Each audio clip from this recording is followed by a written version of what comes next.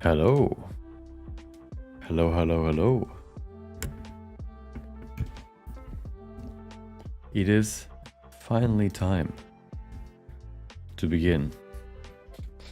To begin what, you might ask? Well, pretty easy. Welcome, Canned Beans. Hope you had a good day. What we're going to do today, I think it's pretty obvious. This. Oh, wait. Why can I not see my cam? Oh no.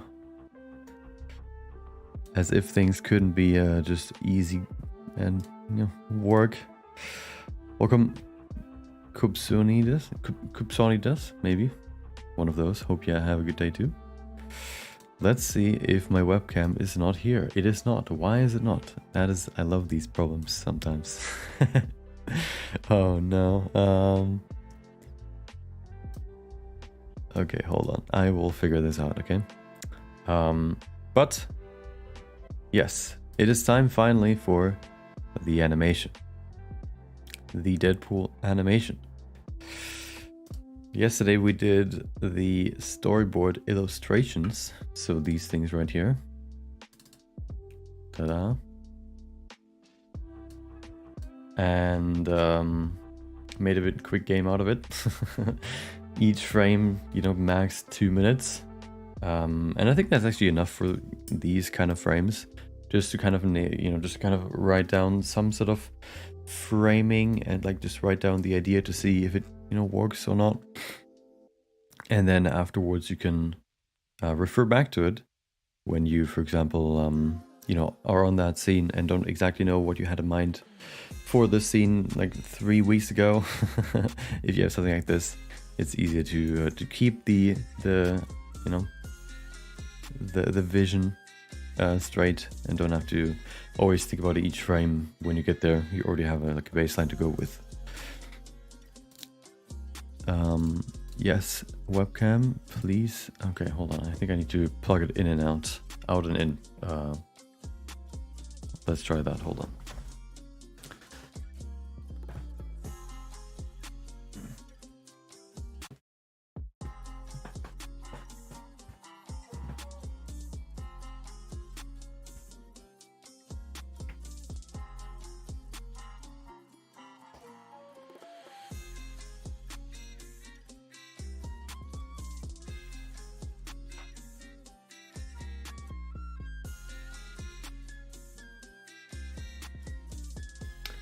Okay, as you should have heard a sound for, you know, something getting plugged in. That hasn't happened. So I guess Windows doesn't recognize the webcam right now. I don't know why, but hold on, let me switch the USB input. Maybe that helps. I don't know why it does that sometimes. But yeah, hold on. Welcome, AK Nick. Hey, welcome Gabriel. Welcome. Yeah, welcome. How's your day going? Pretty good. Yesterday I finished what I started or what I set out to do. I guess today in the morning before the stream I finished it, which was basically optimizing and improving the rig that I have for Deadpool, especially for his weapons. Welcome VJ. It is basically just way better now, and I can show you in a second in which way and why that is so cool.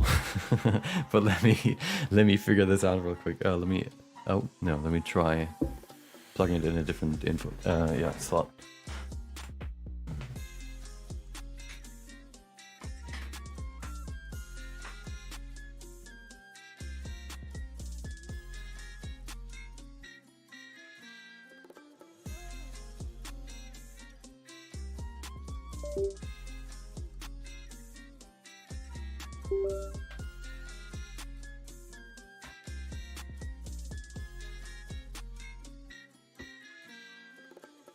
Okay. Well, so yeah, I switched it now, and nothing happens, which is amazing. I don't even know what. So yeah, I don't even know what I can do. Hold on. Maybe we need a different face cam today. Okay. Hold on, do I still have the box with the webcam so I can see if there was like what it's called, so I can see if there's an update, a driver update. Although I don't want to mess with that right now. I think it's time for a different webcam today. A scuffed webcam. Hold on, let me see if I can actually figure this out. Can I? Hold on, let me check. Point you via the first Deadpool animation video, turn on all notifications so do not miss when it's released. Nice, thank you. I guess you can also follow the stream to see when it's roughly going to be done.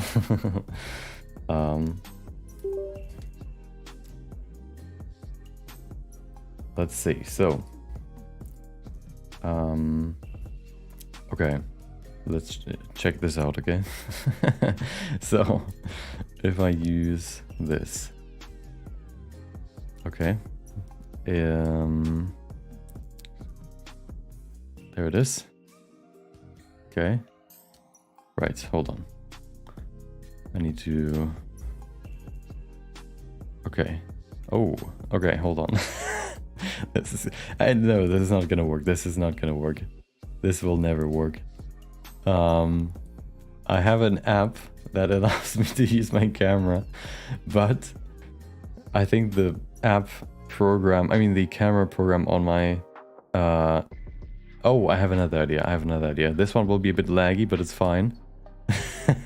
It at least will work, okay? This one will work, and it will not disconnect or shut down, okay? Oh, right, hold on. I'm almost there, okay? All this just to fix my broken webcam. Hold on, no, I don't even remember what my webcam is called. Let me look at my device manager real quick. I want to see if I can actually see it in there. Cameras. There it is. Is that the right one? Update driver. Let's see. Already installed. Will that...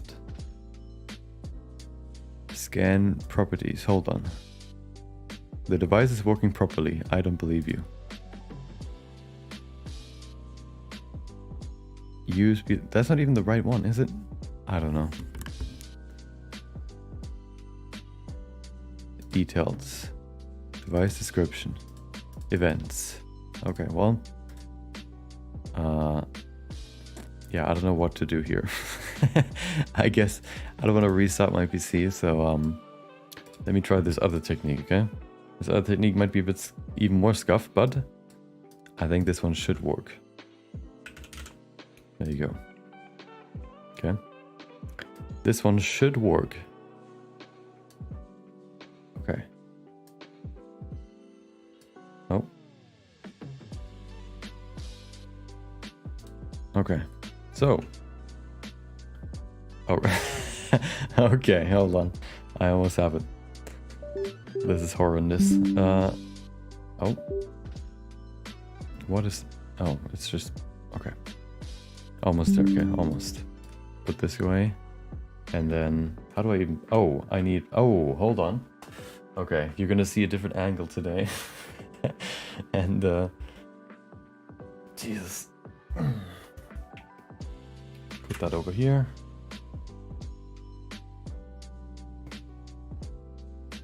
Okay. Setup. Perfect. Oh, it's upside down for some reason. Nice. But that's fine. I can rotate it. And that's all I need, okay. This is... Okay. Let me show you what I have in mind, okay? Let's see if this works.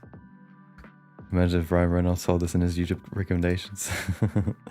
Let's see. So, if we add something new, I guess we just do this. Scuffed.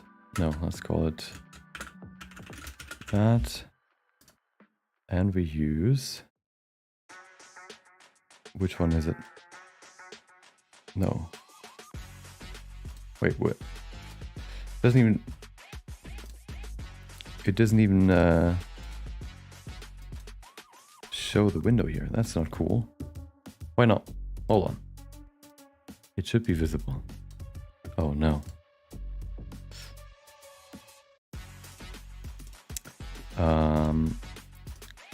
Okay.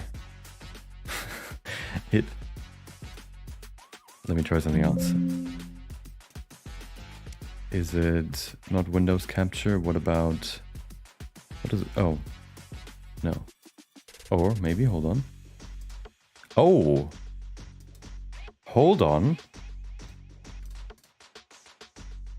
Why does that work? That is unacceptable. Hold on. It's actually trolling right now. How is that possible? Oh, okay, I guess it... Okay, well, I guess I don't have to do the scuffed version. Just... It actually wouldn't have worked anyway. So, yeah, there you go. It works again. Nice. There you go. Yeah, somehow I just had to select a different input and then switch back to the actual input. And then the webcam works. So here we are. Yes. Now, finally. The thing that I'm working, or that I've worked on yesterday evening and today morning is this, okay? So let me show you what it was like before and then how it is now. I basically just kind of improved the rig a little bit.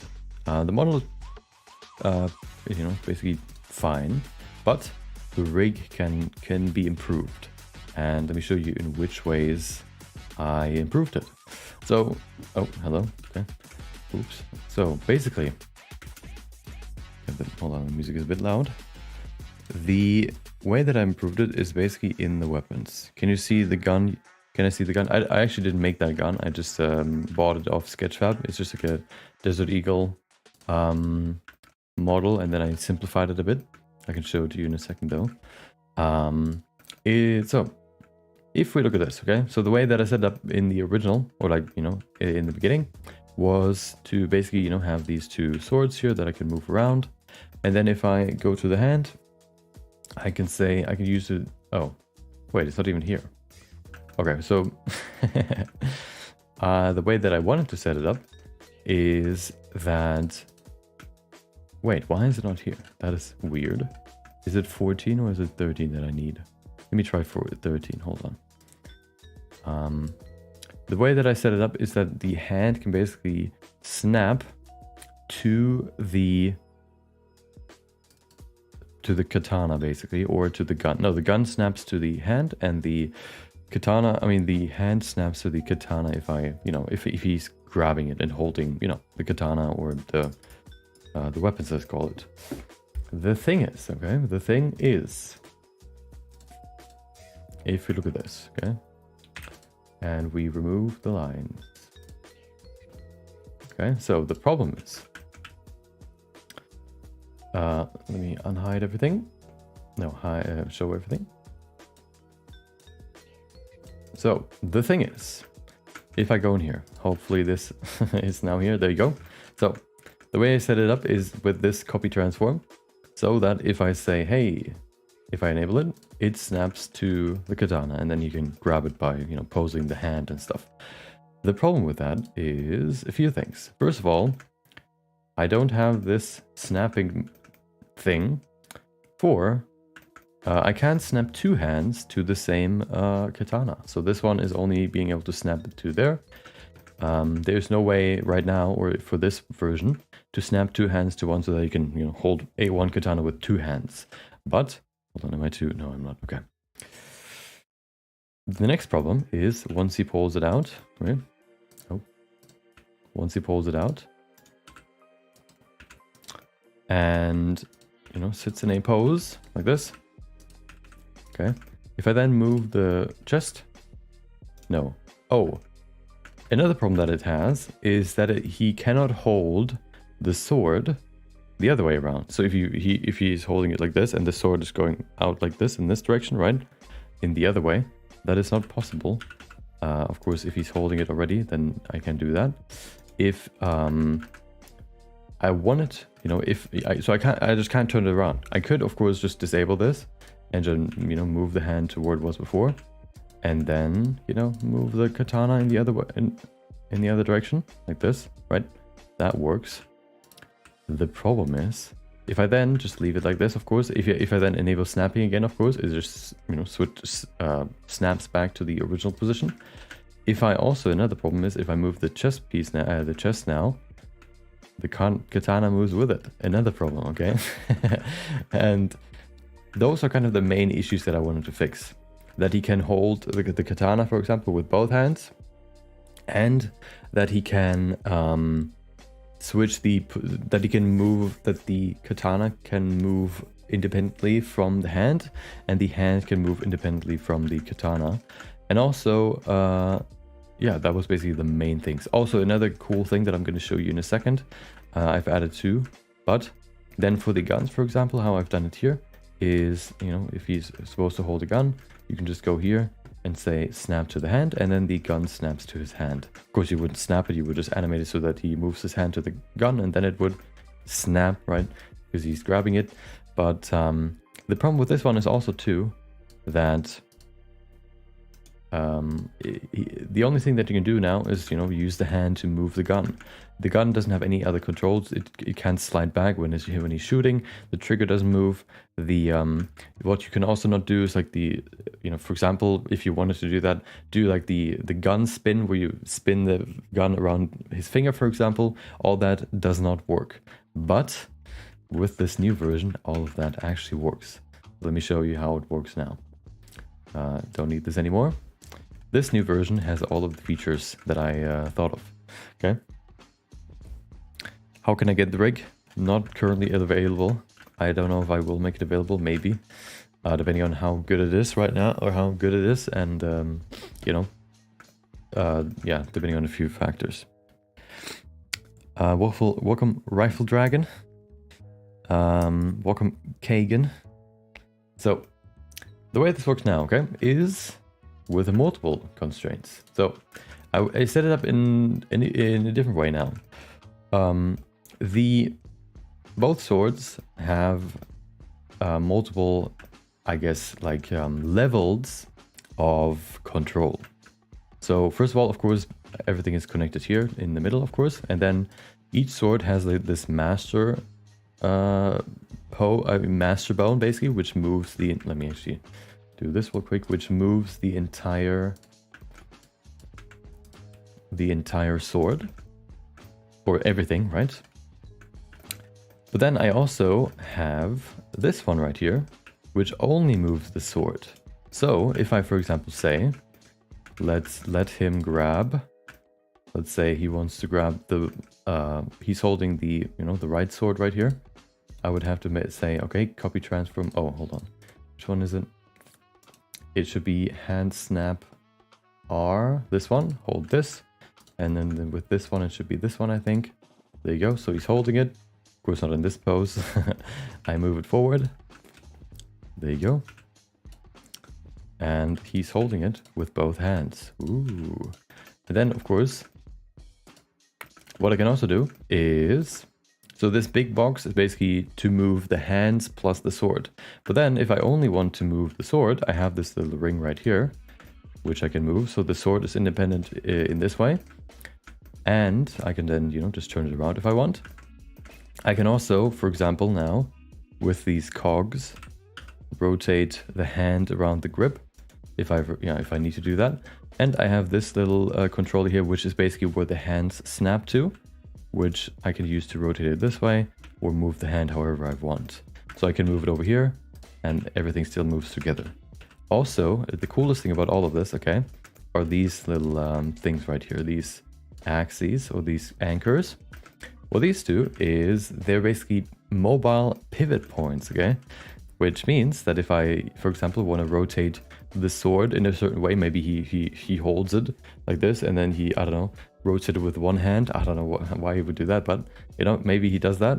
I could then, for example, say, okay, it's not supposed to rotate down here. I can move this over here, like to here, for example, and then all of a sudden, it rotates over here. So these mobile pivot points are really, really useful for like these handheld things. And then I also have the same system for the entire thing. So hands plus sword with this one right here, which I can, for example, I don't know, move over here, and then all of a sudden everything rotates from up here. And then I move it over here, and there you go. So this is really, really useful for, yeah, for swords and guns and stuff. Speaking of guns, let me reset all this. Oh, I actually haven't set up everything yet, but that can come, I guess, a bit later. No, I need to do that. Oh, I can show you a cool trick now, I guess, to make this rig even better. Okay. This one can go, and this one can go too. And then, now let's go to the guns. Let me actually unhide. Where's my guns? There we go. So, for the guns, it's pretty much very similar. We go to the hand, we snap it to the gun, and then we have this master control to move the gun and the hand.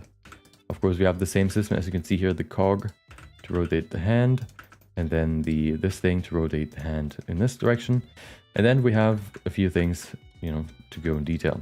So once again, we have this anchor here. So if I wanted to, I can move it over here, and then you can spin the gun. Never mind. Maybe I need to wait. Oh, right. I guess that doesn't work. So he still can't spin. Maybe I'll change that at some point. He's supposed to spin, but of course that doesn't work right now. But at least, you know, I can use the anchor here. So maybe I need to do another level for that too. We'll see if I do that. But another thing now is I have this, which means that I can, oops, wait, what? Do this. So, you know, if he shoots, this thing can actually recoil. And we have the trigger here, which can do this. So you can actually pull the trigger. If you have like a close-up of his finger or whatever pulling the trigger, that is also possible now. There you go. If you want to look at the gun, it's pretty simple. I basically just, if you go here in detail, I basically just, you know, had a Desert Eagle model and simplified it a bunch, meaning removing like, you know, extra edges and stuff that aren't really there, that, you know, like grip edges that aren't really necessary. This one I've simplified a lot so that this bit right here, you know, this plate is basically just it's not solid anymore, it's just like a plane, which helps with the lineup modifier. And yeah, it like simplified a bunch of things. There you go. Yeah, so it's it's definitely much simpler than before, but I haven't made it myself. Okay, I've only simplified it myself. Which one are you most proud of, Deadpool or Wolverine? Probably Deadpool, but just because with him everything that I kind of planned worked out pretty well.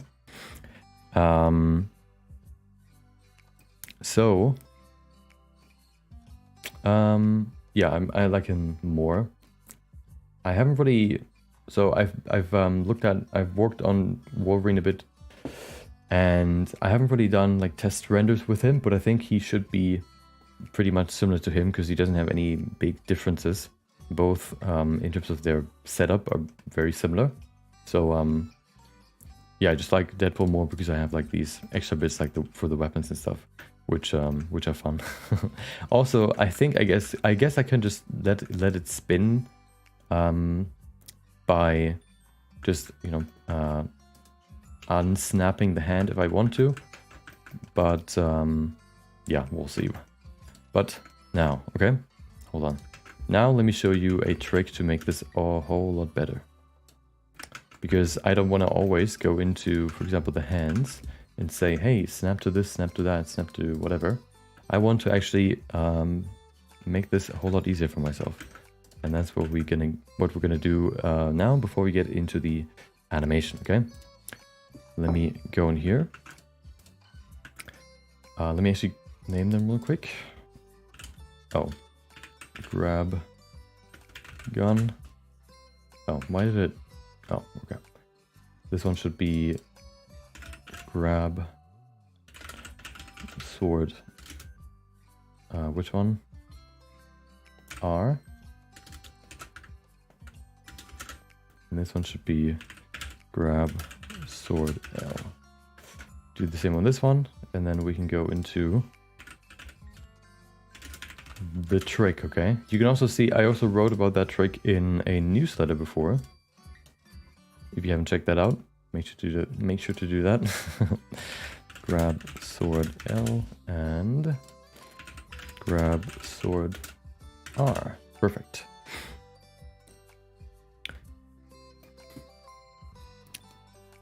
Really enjoying the stream so far, but I have a question. What graph editor tutorials do you recommend? Can't seem to wrap my head around it.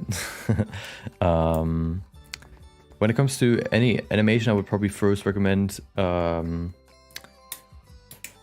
me send you, or let me show you. So if you go for, I guess, Blender animation, you should find them pretty easily. Pierre Pical. There you go. Pierrick has a lot of, he's basically a professional animator, and he, yeah, he shows, he probably has like a, what are you looking for? Graph editor, graph, there you go. Let's see. He has quite a bunch of tutorials about a whole different thing, like whole lot of things. And you can probably find some good stuff here for like the graph editor as well. Like this one probably looks like he kind of shows that in here, animation process, talking about the graph editor. If you're looking for specific tutorials about the graph editor, Blender graph editor. I don't have like, you know, I don't know, like usually I don't have exact tutorials that I recommend except for like full-on beginners. I know one that I've watched before, which gives you kind of the super basics, which is by Smeef. I think it is this one. Let's check real quick. We'll get to the fun stuff there you go. In a sec. It's this bit. So he talks about the graph editor and how, you know, you can make your animations smoother and, you know, better, I guess, with the graph editor. When it comes to something more in detail, you I can't give you like an exact recommendation because I haven't really watched the graph editor tutorial myself. But maybe those can already help you. Have you ever created any 2D animations in Blender? I am. Do I? Have I? No, I don't think so. Well, the small bit in the Berserk animation, I guess, but that's already a whole 2D animation. Can I see the textures? You mean the what? Just his texture? So, I don't know what's so interesting about his texture. It's just let me pull it up. No, that's Wolverine. Here you go. Boom. Wow. Just Udem. No. Yeah, Udem for this. Oh yeah, let me show you how we can now make this better, okay? It is through drivers, but you might think, drivers, ew. Get that away from me, okay? Why? Because drivers are absolute horrendous garbage, except if you know at least one thing that can make them a lot easier, okay? If we grab this monkey and maybe put him up here, let me actually let me identify him, okay? I'm gonna make this one this, okay? No, let me grab the red one. There you go, red, okay? This one's the Deadpool controller. So if we make this a controller, which is just calling it controller, it's not like a setting or anything you have to activate. Let me make it DP controller, okay? We can put that, we can keep that in rigs. And then if we go in here and no, we don't. So this thing now is basically supposed to control various things about the rig. And the first thing we can do is just control the snapping of the hand, or like the grabbing of the hand to the objects. The way we can do that is by going in here and then, no, by, oh, right, yeah. Going in here. And then as you've seen before, this here, to activate or deactivate this, you can either take this hide or unhide box, of course, or like the eye, of course, or you can change the influence, which is 0 or 1. So I don't think you can use this one. No, you can't use this, but we can affect this with drivers. So if we show all these, let me actually not do that. There you go. Let's not do that. But we want to basically now make it so that this monkey can control this hand by, you know, for example, enabling grabbing the gun. We can do that with this slider right here, but we're not going to make it a slider. We're going to make it an integer. Integer meaning that it doesn't, the stepping basically doesn't go from 0 to 1 in a gradual way, so that it's like 0, then 0 0.1, 0 0.2, 0 0.3. It just goes from 0 to 1 immediately. And the way we can control that for his hand is by going here and using custom properties.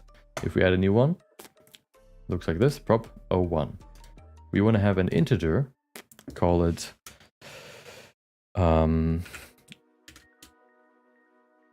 grab sword. Oh god, how do I call this? Grab sword. Let's call it left hand, left sword, okay? Left hand, left sword. Default value 0 for no or disabled, yeah, 0. Integer min value 0 and max value 1, okay? And then also make sure to enable a library override. This is important for a later step. Okay, let's just call it left hand grab left sword, okay? Okay, so now that we have this value right here, but the cool thing, okay? The very, very cool thing is that it also shows up in the end panel right here. So we have this value in there too. So that means that if we now go in here, if we now select this, okay, we go to this property and say right click, copy as new driver, and then we go to the hand, to this grab sword L, this modifier right here that we want to adjust. We go to the influence and right click, paste driver. There you go. All of a sudden, it has this purple right here, which means that it's controlled by a driver. This value is now controlled by the property that we just set up. Meaning, if we now go in here and say grab sword 1, he suddenly grabs the sword. There you go. And this way we can speed up the workflow. Basically, we don't have to say, okay, well, he's now supposed to grab the sword, so let me go into the pose mode, let me select the hand, and then let me activate this grab sword. All we have to do is select the controller and say grab sword 1, on or off. And that's all we need to do. And now we just set that up for both hands, for all 3 controls, and then we have all of that very neatly in one row right here. And you can do that with a whole lot of different things as well. And I'm kind of thinking if there's anything else that I want that to want that for before we go into the animation, but I don't think there's anything else I would want to have that for this moment. It can still be updated, so it's not too bad if it isn't correct immediately. But I think so far I don't think I need anything. So let me just do that for all 6 of those, and then we're ready to go. I could do that for Wolverine too, but there isn't really. Actually, is there anything for Wolverine to do that for? I don't think so actually. So I think we're fine with that. Have you seen Punisher's challenge? Looks fun with great rewards. Yeah, I've seen it. It looks really good, but unfortunately I already have work that I have planned, so I can't really participate myself. How can you do this amazing stuff while I struggle with grease pencil outlines? It's all a slow and gradual process. Okay. Welcome, Lube. Welcome back. Have you seen Tom and Jerry? I have, back in the day. I haven't actually had a DVD, I think, of some of their small animations or like small episodes.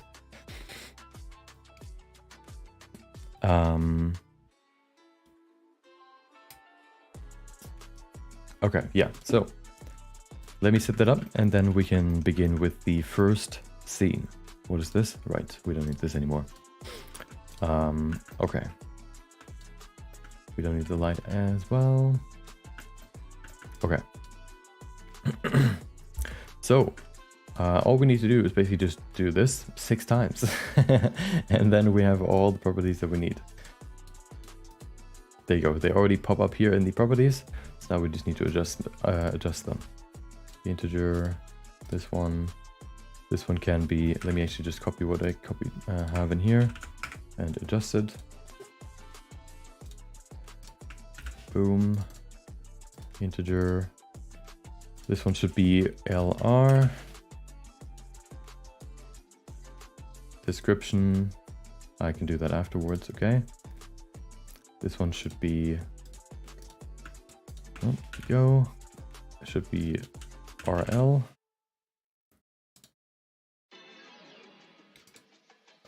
Okay. Default value is only really important, like the default value that you set is only really important for the, when you import it the first time in a new file, for example, or if you say right-click reset to default value. So if you hover over the input value, for example, and then you know, press backspace or like the delete button, not delete itself, but the one above enter, it just resets it to the default value. So LL, LR, RL, RR, there you go. Which should be an integer, and there you go. Now I want to do this here. This one should be grab gun L, and then grab gun R.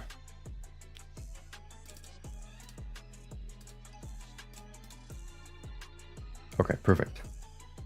Apparently it also sorts it by, I guess, letters, whatever. Isn't too bad, I guess. But there you go. So now all of these are done. I need to also just adjust the, oh, default value should be 0. Perfect. Let me grab the description and put that in each one too. And then we're ready to copy them. Left hand, grab left sword, okay. So this one is LR. Left hand, oops, right sword.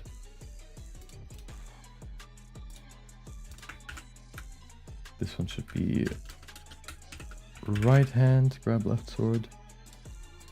And then right sword. Okay, there you go. So now all we need to do is go in here. What do we need? We need grab sword R. So left hand grab sword R. Grab sword LR. Copy as new driver. Put that in here. Perfect. So now if we test it, LR, boom, boom, boom, boom. And then the last one that we need for this one is grab gun L. Copy as new driver and put it in here. Perfect. There you go. So now he can grab the gun with his left hand. He can grab the left sword and the right sword. Do that for the other side, and then that is it. We need, oh, right. This one first.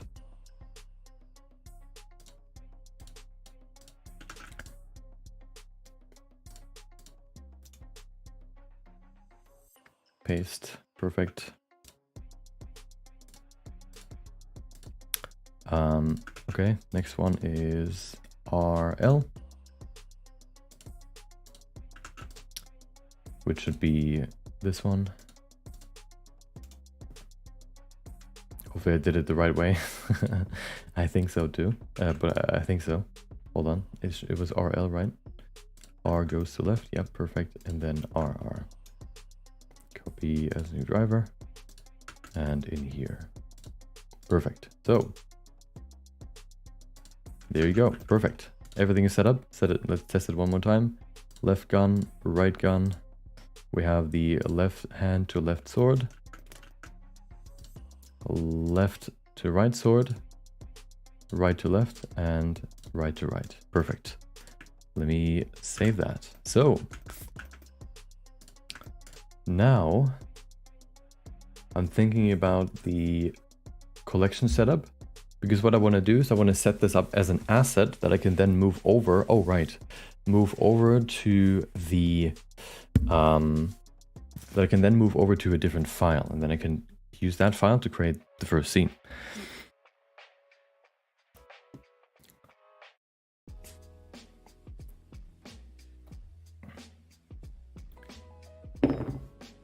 Watching this as I'm working on a Deadpool animation. Nice.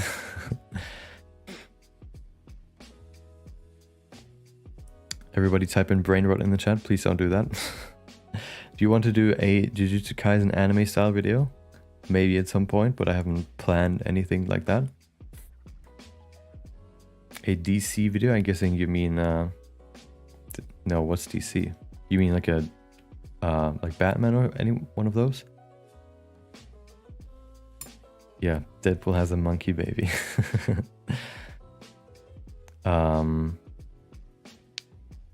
Deadpool or Gwenpool? I don't even... Wait. There are so many weird pool combinations that I don't even know them all.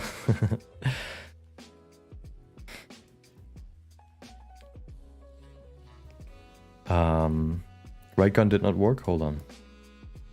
No, it did. It was just behind the body, so it didn't look like it works. There you go. So, okay. Are you a mentor? No, I'm not. I'm just working. Okay. So, so the way this works, or the way I want to set this up, is by basically,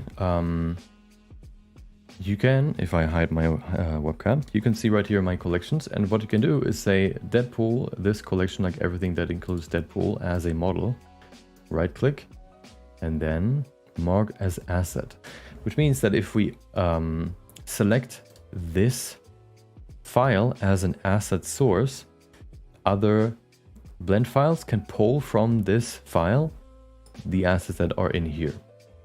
So I can then pull the collection to a different file, which means that if I then work with that file with that asset in a different file, and I then change this asset in this file, the asset will also be changed in the other file, which is really, really useful. So what I want to do first though is delete this thing right here, the proxy mesh, because I don't need it anymore. Okay. Now let me just make sure that everything that I need is in here. I want this one. Oh, I think I probably want to have this one in here. So I'm thinking how I want to set this up right now. Because it kind of matters how you have set it up. Because the thing is, I need to have the collection set up in a way where I can create the line art exactly how I want. I also need to have the... So this is the gear, which should all be outlined. What I also need... Okay, yeah. Hold on, let me do this. Create a new collection. Call this one outlined. Let's call this DP outlined, so that everything that is in here is going to be outlined. So the gear and all of this should be outlined, so it's going to be in here. Oops, wrong collection. There you go. And then I can put the monkey controller over here into the Deadpool, so this controller will not be outlined since it's not going to be in the final scene. There you go. And that should be fine. Is there anything else that I need? I don't think so. Oh, something else I could do, I don't know if I want to do that. I think I probably want to do that, is I want to have one more property, which is going to be for his, what's it called? Oh, there are a few things, I guess, but the main thing is the multi-res modifier. The multi-res modifier, of course, you know, just changes the resolution in the viewport mainly, since the render should be on 3. And, you know, I can change that to have, you know, better or worse, what do you call it, performance. So I want to change this, or I want to create a property for this too, so that I can change that with this thing right here as well.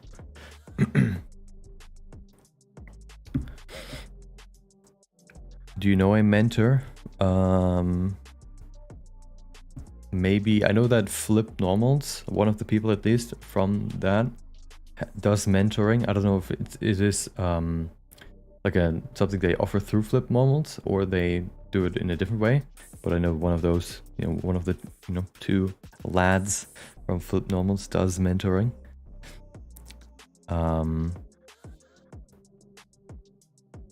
SpongeBob or Deadpool? Oh.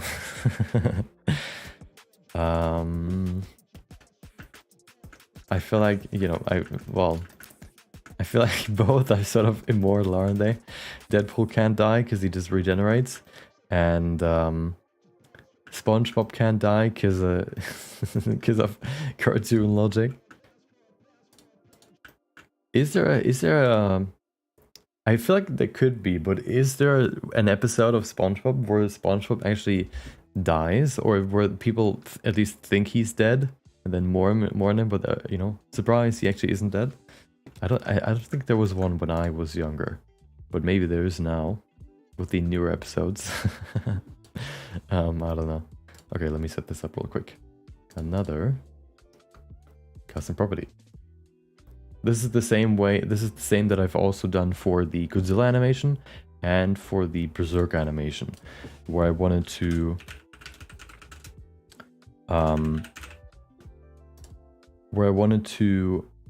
have this controller for certain things.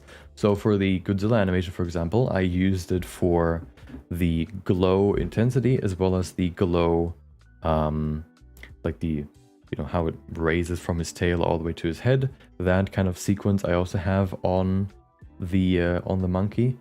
And then for the other one, for the, what's the other name again? The Shimo. I had another controller for her to create, the glow as well. And I think a few more things as well, but that was the main thing. Let's call this multiverse level. How many do we have? 3. And then description, we don't need one. Okay, there you go. Copy as new driver and put that in here. Multires, paste driver. And now if we change this, wow, it actually works. Perfect. Okay. So this should be fine, the Deadpool collection, which, let's see, it should hide this. Oh, the rig should probably be also in there. Let me put that in there. I guess I can just do that. There you go. And now that should be good. So that has everything now, which is nice.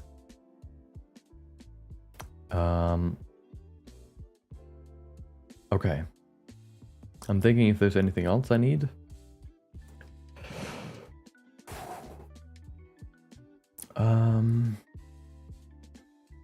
Oh, the manual lines. Let me show you. So I have a collection as well for the outlines. So for Deadpool, and then for, oh, the manual lines, right? Those need to be in outline too. No, they need to be in here. In here. Okay. So the manual lines that I've shown in the video, basically the edges above the actual body. So you can create, more defined and, extra lines that wouldn't be created by the automatic outlining process.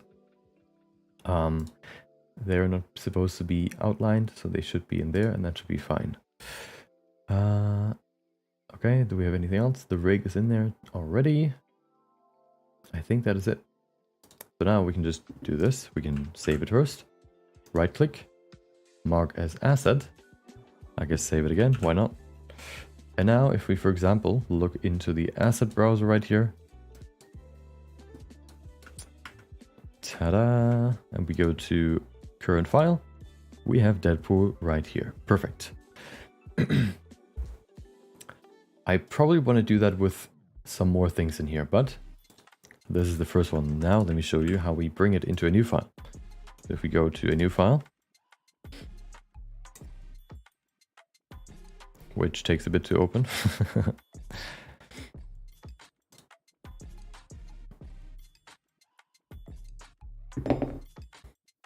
Can beans fly? Probably not. How well do the deformations hold up when animating with the multi-res? Pretty good. There's like I always have like an issue with the lats flailing out too much, but for this one it worked actually pretty well. Yeah, so the Deadpool movie is actually surprisingly works surprisingly well. Let me show you. So if we now go into edit mode, preferences, and we go to save and load, never mind, system, never mind, file paths. There you go. We can now say, I can probably remove some of these too. Let's remove, we don't need this one anymore. And that's it, I think. Yes. Okay, now we can say plus, and we navigate to here, where we have the assets. So this is the folder where the Blender file is saved. Add asset library, and then it is in here. Which means now that it should be auto-saved. We can close this, and if we move to the asset browser, we can look for Deadpool anime animation. No items. Perfect. Maybe I should... Sometimes it's kind of laggy. I don't know why. Sometimes it just takes a bit to load. Maybe I need to close this file. Maybe that helps. So what happens if I close this? And we say... Oh, I need to do one more thing. Preferences. Is that actually in... It should be in that file. Let me check it again. Oh, it's not in there. My bad. It is not in there. That's why there's nothing in there. I also want to say not append, but link. We need to make sure that the import method is link, so that when I change the original file, this file changes too. And then we go in here again. Not use this. We need to use Deadpool anime design in here. So you can see we have the files in here. Say accept. And that should be it. So now if we go in here, reset. Let me actually do this. Maybe that helps. I think it also just takes a bit when it's loading. There it is. Here's the Deadpool file. And we can just pull it in here. Ta-da! And now we have everything in here. Perfect. And this... Oops. Oh, wait. Why is that also in here? Oh, right. I actually forgot to... I made a mistake, okay? But let me now show you. So the mistake, let me show you why that is actually a good thing, okay? So here we have everything, but we added, there was one thing that I actually didn't want to add, which are these lines right here. These lines are meant for Wolverine, but they're actually a part of Deadpool's collection right now. So let me save this file in here. Let's call it, oh, wrong file. Deadpool anime scene 1, okay. Save it in here. Oh, scene 1, version 1. Save it. And now if we close this, open Blender again, and the original file, there you go. We see in the asset, I also accidentally included not only the manual lines for Deadpool, but also the ones for Wolverine. So we need to pull this, of course, out of there. And I guess, yeah, we can do that for Wolverine in a second. But now the Wolverine lines are out of there, which means that theoretically now, if we save this again, and we open the other file, this one, the lines are gone. Wow. Perfect.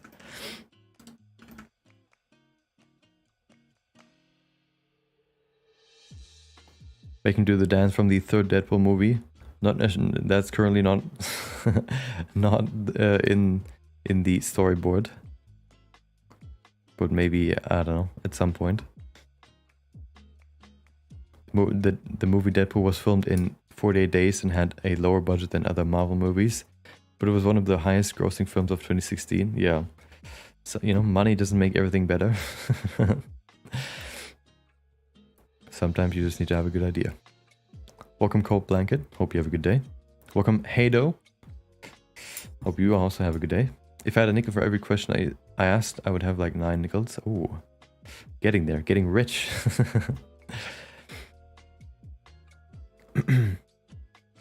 Okay. So the thing that I wanna, oh, one more thing that we need to do though. So it is linked now as a collection, but the problem is, because it is linked, it copies everything right now from the original file. Which means that we cannot, for example, go in here and go into pose mode. Pose mode doesn't exist, because this is just considered like one object that you can just move like this, but nothing else. So what we have to do is actually go in here, in the object, no. Oh, we need to go to the collection, okay. Then say right click, library override, and then make selected and content. This basically makes it so we can actually change some of the aspects of this asset, which means now that we should be able to pose this. There you go. Woo. We can also now, hopefully, if we go in here, properties, we cannot change these yet, but that's fine because now we need to also go to this monkey, for example, go to the either custom properties. Wait, do you have to do it in here or do you have to? Yes. So if you see this little icon right here, this, I don't know, arrow through the chain, right? That means that some aspects are editable, some are not. What I could edit now, for example, for this monkey, actually I cannot. Okay. But, so here, for example, for the properties, because we can't edit the properties yet, we need to somehow make this library overrideable as well.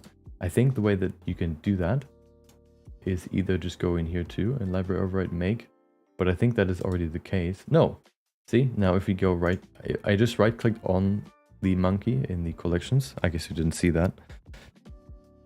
There you go, right click, library override make selected. This just unlocked all of these, so now I can make these, I can adjust these, and if I edit them in the original file, they still get changed. So now this is all perfectly set up. And that is why it was important to set the property and tick the box make library overrideable. Otherwise, if I did the library override on these properties and the box tick wasn't ticked, it wouldn't have changed anything. So that's why that box is important. Okay, yeah. So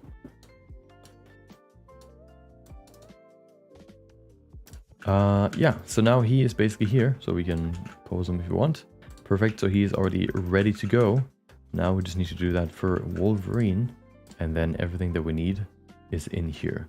Also, something that I probably maybe actually want to do is, it's of course, you know, this kind of system is good for like a multi-scene animation, because then you can make sure that all scenes take the model from the same file, which also means that each file, I mean each scene has the exact same assets and everything is just like synced, right?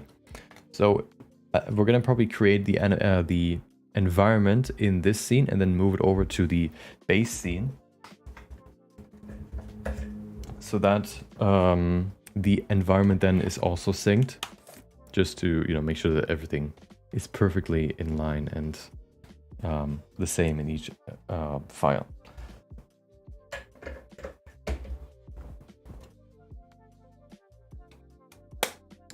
But before we do that, we need to do the same thing for Wolverine. Let me save this. We don't need you right now. We need the original file again. So Wolverine is already ready. Deadpool, my bad. What are your plans for the anime? They are right here. We did it. We did the plans yesterday. I don't want to read through the whole thing again, but it's basically like a, you know, like a fight between Wolverine and Deadpool, where it gets more and more extreme, I guess. But yeah, I don't want to read through the whole thing again. I read the whole plan yesterday in the beginning of the stream, so if you want to know exactly what my plans are, you can, I guess, listen to that. But yeah, let's go into Wolverine real quick. Deadpool. What do we need? Wolverine. There you go. So let me actually change his where's his where's his rig?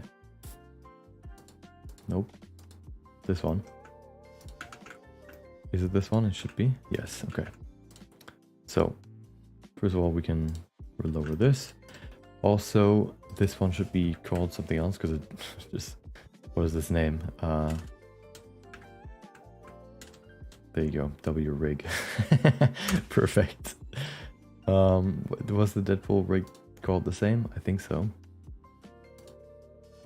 Yeah, okay, good. Good.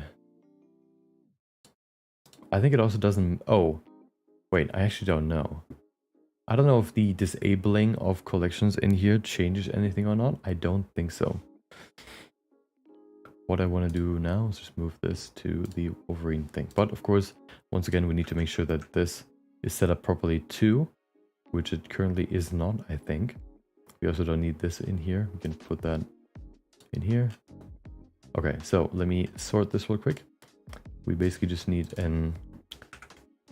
Did I set it up the right way? Yes. W outlined. I want to just make sure that it's the same for both so that, you know, there's nothing confusing about it. So all of this needs to go in here. I also probably want to hide these. Yes, perfect.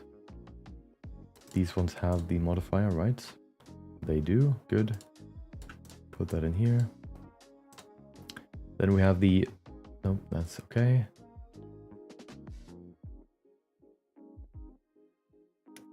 We also need to move the tongue and all of this in there. The body too. Shoulder pads, mask lines, da da da da. Okay, perfect. Outlined. Something we also need in there is the manual rigs. I mean manual lines, these ones. Go in here. Perfect. Is it the same here? Yes. Wolverine lines, let's call it Deadpool manual lines.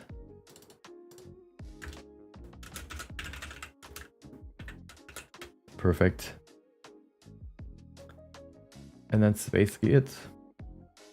Is there... Oh, a controller for some of his things, right. I guess a fun little thing that I did for his rig is here. I reused bones to control like the claws. If I pull this up and down, you can see pulls them in and out. And yeah, he doesn't really have any guns or anything he needs to grab, so there isn't really anything complex in here. I guess I also, like for his shoulder pads, just to control them a bit easier, I have like these 3 controls to change this thing, to pose them, to make them, you know, behave a bit better in poses. And then the same for the ears. Ooh. But all of that is not really that, you know, hard compared to the rig of Deadpool. Also, all of this, you know, I haven't set this up myself. It's all Rigify. So I've just used like the presets of Rigify to create like all the weapon things that I've shown you, and the pivot thing for the Deadpool weapons. I haven't done that myself. I just use Rigify. So there you go. I showed kind of a few cool things you can do with Rigify yesterday. So if you're curious about that, how you can, you know, how you're supposed to use Rigify, you can check that out. You can check the stream out that I did yesterday, I guess.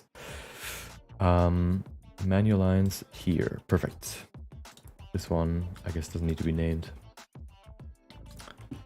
And then, of course, the rig too. There you go.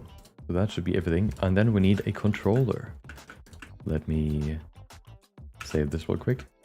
We need a new monkey. Bam. Let's make this one yellow.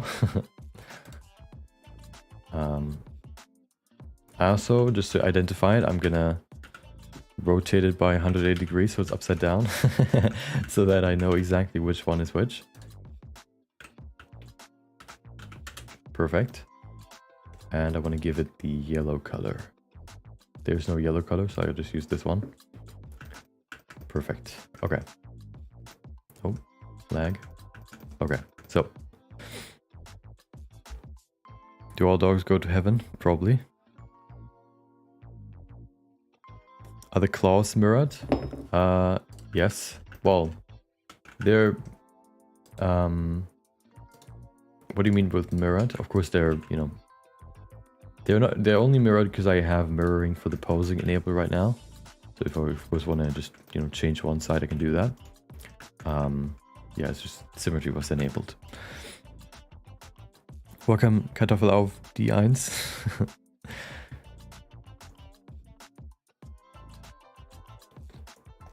4 AM for you, Jesus. Welcome, Tyrannus. Are you who I think you are? Maybe.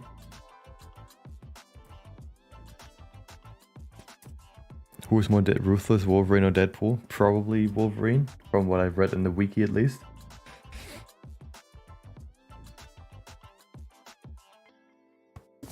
Okay, so all of that is in here, and now let's just set this up. So the only thing that I really need for the controller of Wolverine is his multi-res.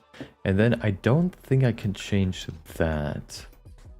What I'm just thinking of right now. I also have a system for his teeth to be more low res or high res. I guess like a level of detail system, but I don't really need that on the monkey. So all we really need here is one property called, let's call it multi-res level. Very original.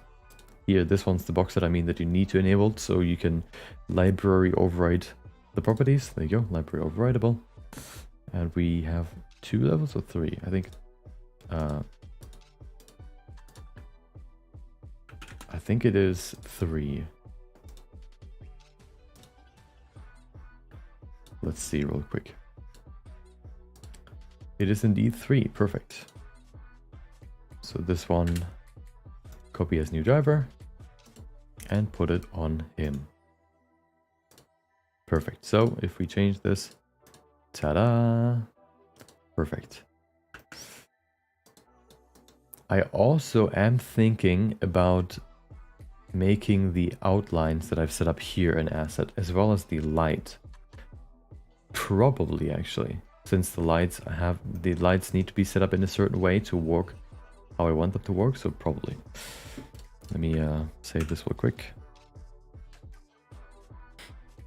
What GPU you got on that beast? I have a 3080 Ti, I think. Let me check. It's the... Wait. Display adapters. RTX 3080 Ti. There you go.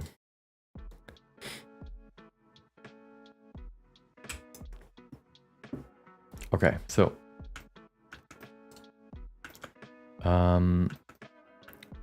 what do I need? Oh, right. Nothing. Wolverine, I think the asset is ready. Even if it's not, I can just change it again. So I just want to make sure the line art. Oh, right, that's the line art here. Those are the widgets which you can put in here because we don't need them. Wolverine. Let's just check one more time. Suzanne. Oh, right, that should not be called Suzanne. It should be called W controller. Okay. This one should be called DP controller. Perfect. Okay. So Wolverine also mark as asset. Save it. Also, I want to make the lights an asset. So this one is the main light, rim light. Perfect. Mark as asset. And the line art too. So the line art, of course, important. If you couldn't have guessed it yourself. And the way I set it up is by separating this into multiple collections. So line art right here. We have the Wolverine line art, of course. And then we have the Deadpool line art. I separated them so it's easier to see. I also made them multiple line art objects You don't necessarily need to do that. You can also just do it in here and just use multiple line art modifiers and give them different layers in here. But I don't know, I just did it this way. Why not? So I can, do I want to do them separately? Probably. I don't need both for each scene. So I probably want to do, yeah, mark this as an asset. And then this one too. Wolverine line art, mark as asset. And that should be all. There you go. So everything is ready. Save this. And you can see all the assets down here. So let's just, yeah, this is already saved. Let me actually now move over and get this ready. Do I need, for the first scene, I need both characters. I think so. Hold on. First scene. There you go. Deadpool looking around. Wolverine falling to the ground in the foreground. So we need both.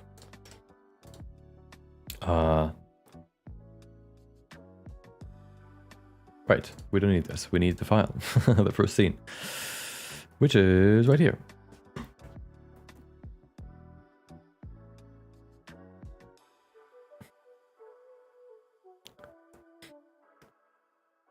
Okay.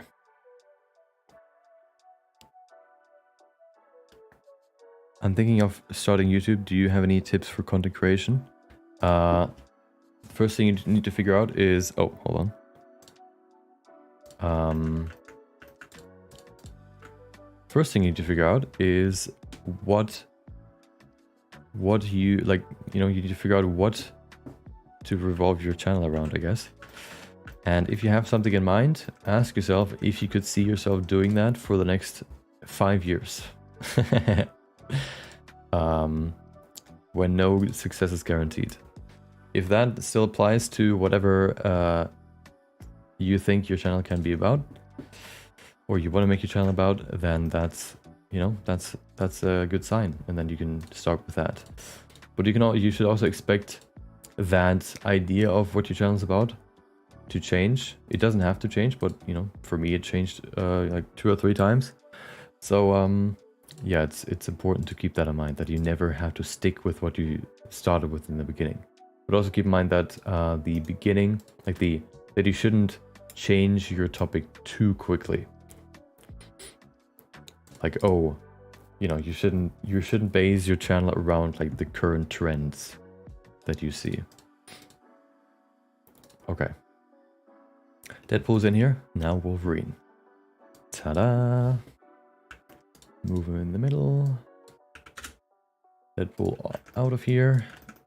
Give me Wolverine. Right click. I don't know why it does that, but you know, like you would expect if you select library override, make selected in content, that library overrides everything that is selected, which is maybe collection, and then the content of that collection. But for some reason, it just doesn't do that like fully. But whatever. There you go. We can now pose him, of course. Woo. But of course, his controller is currently not. The properties are not. You know, you can't change them. So we library override selected, and now we can change them too. Perfect. Okay. So that's in here. And the last thing that we need is the lights. So let me delete the lights that we have in here. And we grab... Oh, and the line art, of course. Lights. Right, so let me put that into the middle. I guess, yeah, so you can see here with these lights, there's nothing you can change because it's still an asset, or like a collection asset, I guess. But if we then say library override, make selected in content, they become normal lights. And we can still not change them because for some reason, yeah, it just does it in that way. To move them around, I guess we have to do the same here too. Right click, library override make. Oh, selected, there you go. And now we can rotate this one, and then this one. Where is it? Library override make, selected. The reason why I have these specifically set up, these two lights, is because they are used for the two-step lighting that I have for this, for the models. I think it's currently loading the texture. Maybe not. Maybe the texture is just not in here. Oh, this needs to go. Oh, I'm also in cycles right now. There you go. So you can see there's a green light and then there's a red light to create this. Also important when you create an animation, like a cartoon, sort of like a cartoon style in Blender, to change the color management. AGX is like it takes the colors that you render and then it transforms them into a certain look, like a LUT sort of in a way. You don't want to use AGX for cartoon stuff, you want to use standard, and that's where all the saturation comes from. Otherwise everything just looks very desaturated.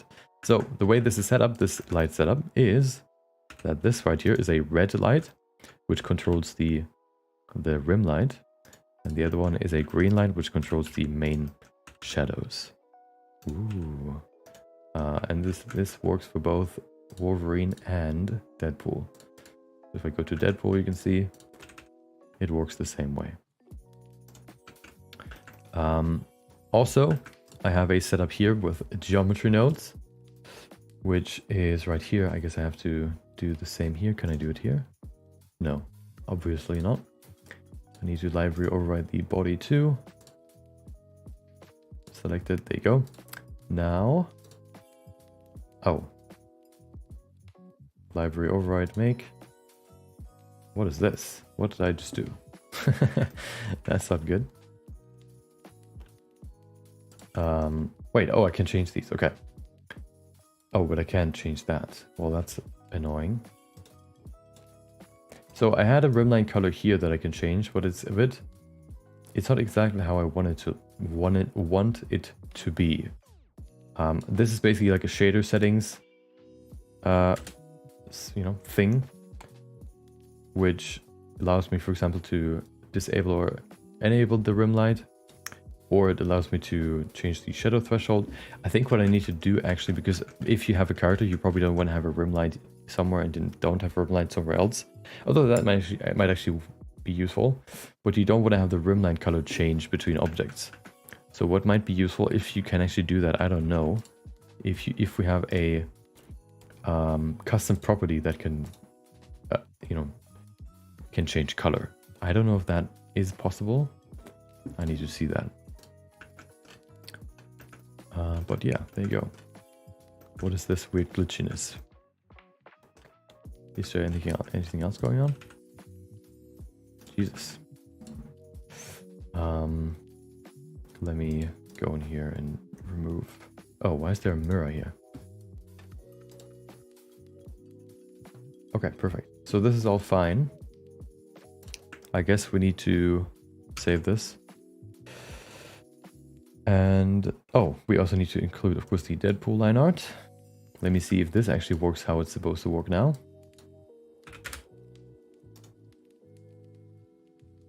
Make selected. Oh, wait, that was the wrong one. Library override, make selected in content. There you go. So now we have all these here, which means that theoretically, oh, okay, I can still change this though, so that's good. What I need to use here is DP outlined.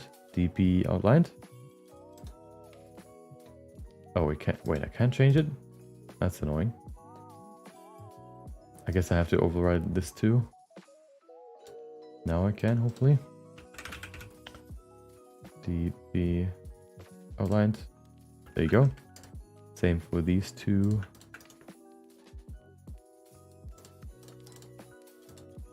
Oh, this one should be fine.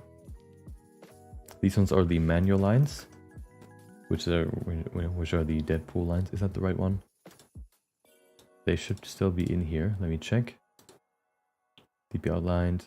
Oh, Deadpool manual lines. Okay. Manual lines. Deadpool manual lines. There you go. And then here, line art outline. So I should probably change these in the original file so that everything works properly. But let me change this real quick. Outline, which should be, oh yeah, outlined, delete the outlined, and then that works too. Perfect. So now everything is set up. I don't know why he gets outlined, but he shouldn't. But I can figure that out later. Let me change the original file once more so I can save these changes. Yeah, it's a bit back and forth with these assets, but once everything is set up, you know, you only need to do it once, and then, you know, everything is perfectly ready to go. Okay.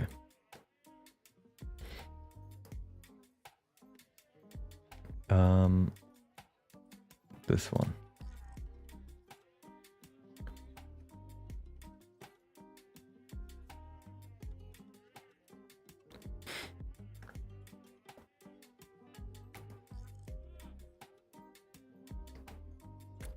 Welcome, Padger. So you will repeat this process to import the assets for each scene, or will you use this file at some sort of as a start template?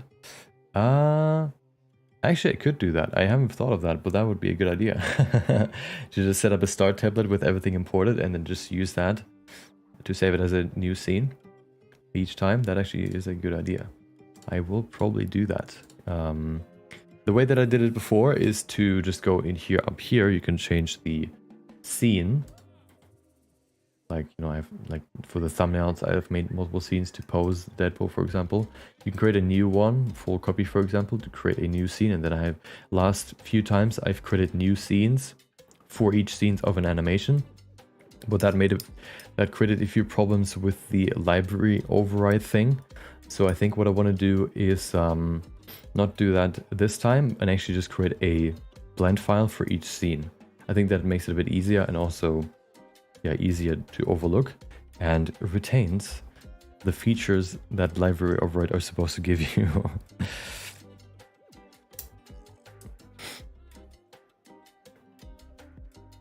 I have one problem with these strokes, outlines of the character. Could you help me out? What's your problem? Please tell me. Or you can, yeah, just, can you, you know, just write it? Okay.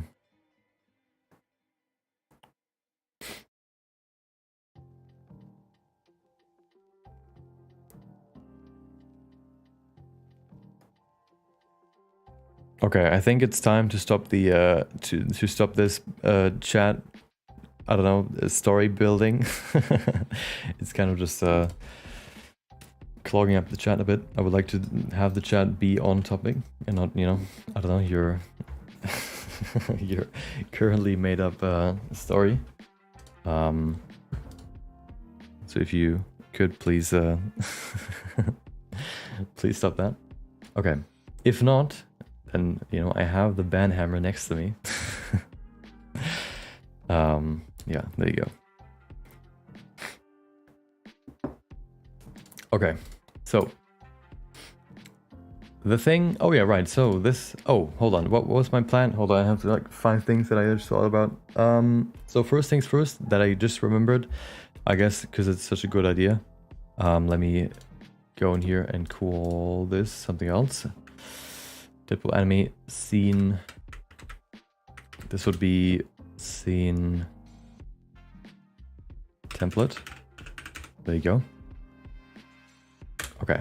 Yes, that's a really good idea. Thank you. Good. So that's the first thing. Okay. Checklist. Check one off. The internal checklist. What was the other thing?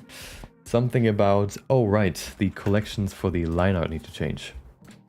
Because I've renamed the collections. Inline. This one's for Deadpool, good. So this should be not Deadpool, it should be, this is the inline, which is the lines on the inside but not the outline, which are auto-generated, which means it should be outlined, DP outlined, good. Then we have the manual lines, which are the lines that are the edges on top of the body, which are the manual lines. Deadpool manual lines, and then outline. Silhouette, yes. This is the outlined again. DP outlines. Do the same for the Wolverine, and then this is fixed. I also need to fix the modifier in a second, but that shouldn't take too long as well. Okay. Did you make the models? Yes, I did.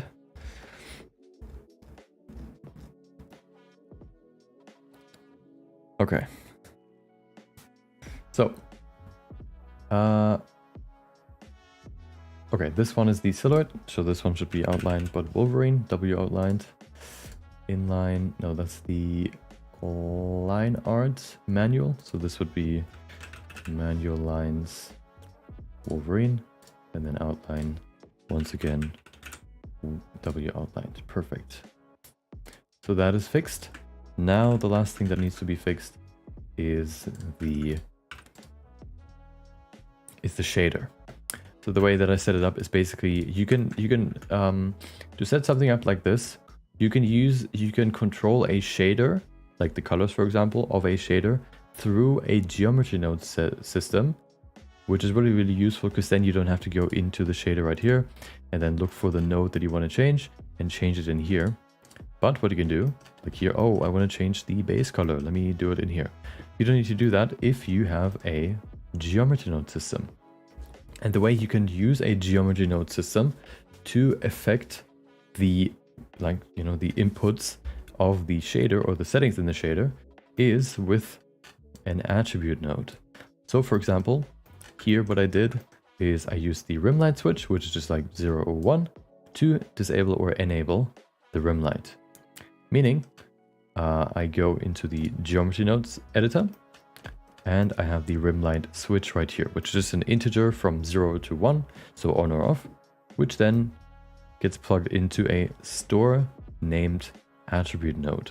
This just saves an attribute that you can then, you know, call on, or just, you know, use the attribute node to use in the shader. So we just call it rim light switch in here, and then if we go to the shader and look for it, which should be somewhere here. I think I actually need to. Where's the switch? There it is. Use the rim light switch calling on, you know, onto that attribute, and then you plug it into here and here to enable or disable the rim light. Something I wonder right now is what this is. Rim light threshold shouldn't work at the moment. Oh, it does. Wait, what? What is all this? I think this is an old system that I don't need anymore. Is it? Let me check what it is. Rim light threshold, that still works. Oh, right. I used, oh yeah, right. Before I used mix color to just plug it into the shader to create this. But now I use the mix shader because this way I can make his eyes glow and change the glow. Oh, I can change the glow intensity of the rim light, I think. Which, if I want to do that at some point, I can. So I don't need this anymore. And just plug that in there. Perfect. Okay.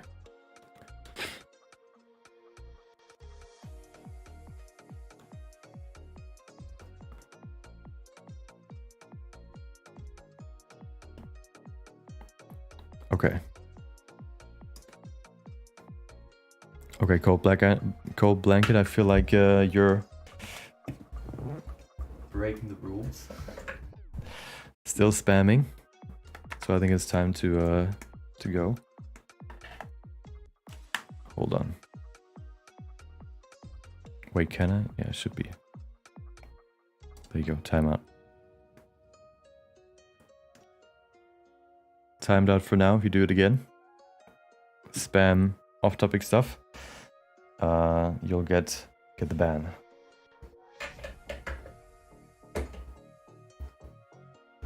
Okay. So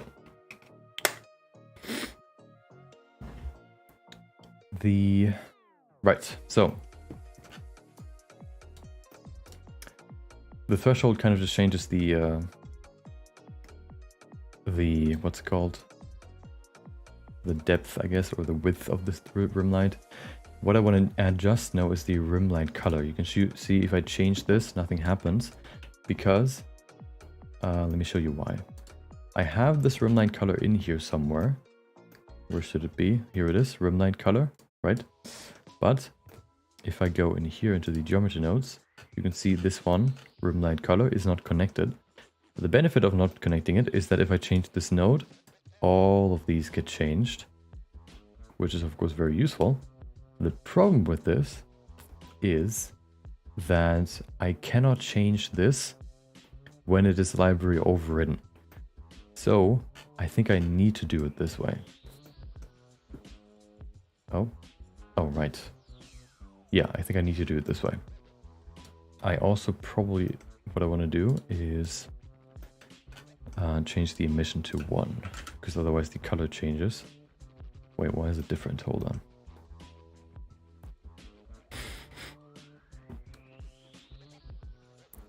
Renee, you're finishing your last project, second part of your video, which is what we're doing right now.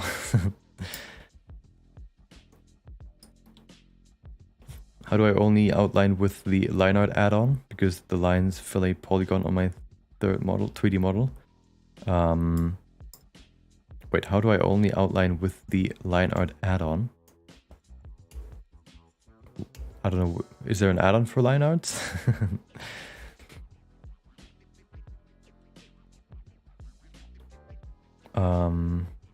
If so, I've never used it, so I can't really give you tips on that.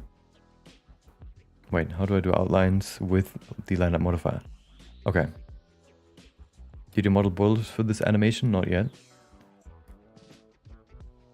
Probably though, because we need them for some part of it. Okay. Okay, so for the line art modifier to work properly, the best way that I found is to put everything that is supposed to be outlined in a collection, and then also for the line art itself, there are a few settings that are important.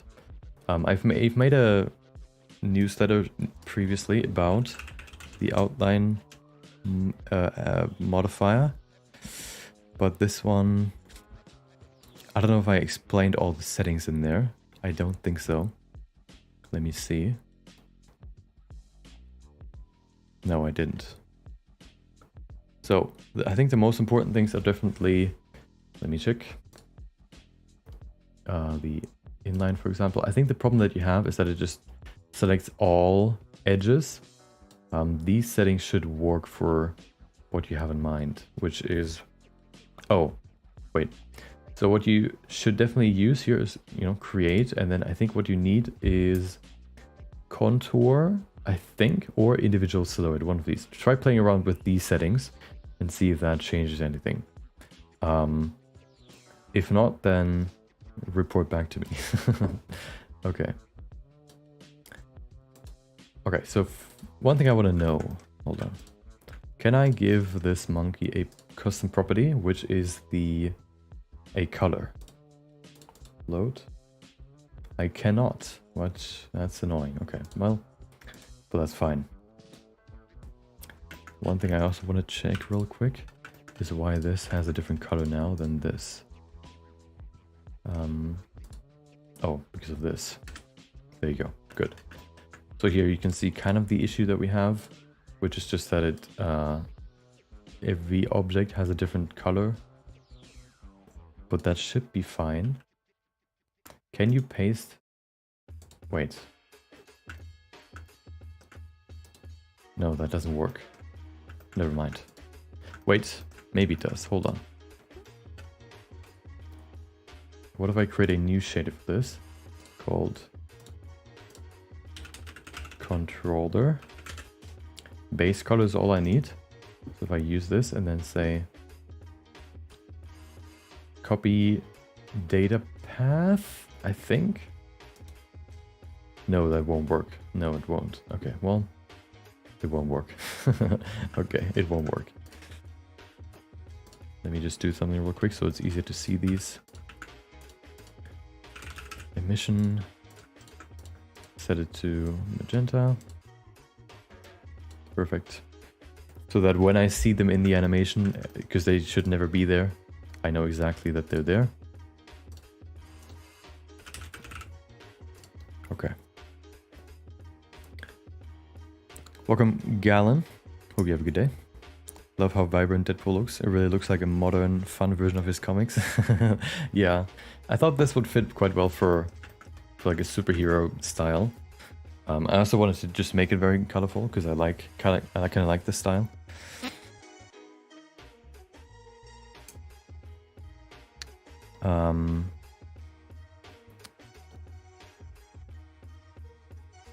Okay.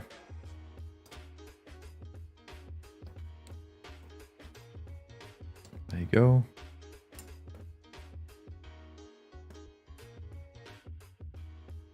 Hold on. Wait, what? Hold on. There you go. Currently, I'm just fixing some spam. Okay. What time is it right now for me? It is 1:30 p.m. Okay. So, I think we've almost finished the setup, like the linking, so we can create the first scene. The only thing... Oh, right. So now this, since I plugged it in, should work here. I can change the light color, right? Yes, I think I probably actually want to make these the default, which is... Where can I change the default again? Oh, right, in here. Wait, it is the default, right? No, yellow is the default, which doesn't really make sense. Let me change the default in here. Which is white. Oh, right, I need to do it in here. Here, this should be white. There you go. Now it's white, perfect. If I do that for all of these, for all objects,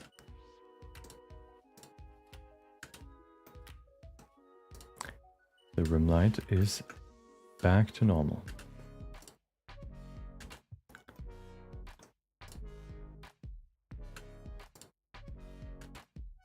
Okay.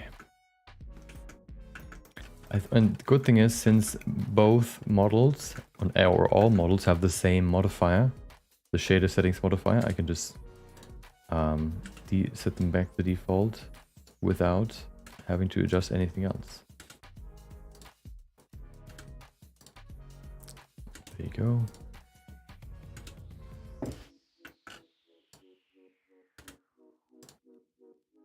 Okay.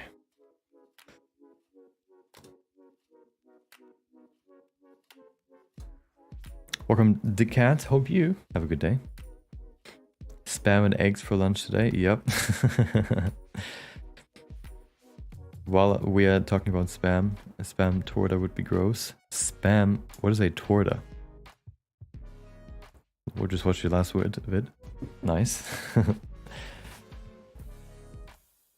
Found another way to do the outline. Yeah, there are multiple ways you can try. There's one where you create a an outline with another mesh, which you could also try, but I don't really use that often because it looks more comic-y, like more comic-y than this, and also a bit more digital. Why is this so yellow? Hold on. Oh. Wait, is this a different shader setting? Why is it a different shader setting?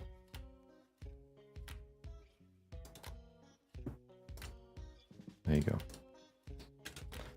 The good thing is, even though maybe there are changes that I need to do here, like there are changes that might not be perfect right now, since it is all linked in the file that I am actually going to use for the scene, if I see an error, I can still go back to this file and fix it, and then all the other files are also fixed. So there's never a moment where you do something and you cannot go back on it. That was the issue with the Berserk project. In that one, I did it in a way where I created like different scenes right here at the top, which of course doesn't really work or which basically made it so that all the things that I set up here as custom properties on the controller weren't working anymore. But I was already so deep in the animation when I realized it that I couldn't change it anymore. But now I can, you know, I can avoid that issue for this project. Okay, Deadpool looks good. Let me check if there's anything yellow still left. The ears. Oh, it actually still has solidify on it. I guess that shouldn't be too bad. There you go. And that should be... Oh, boots.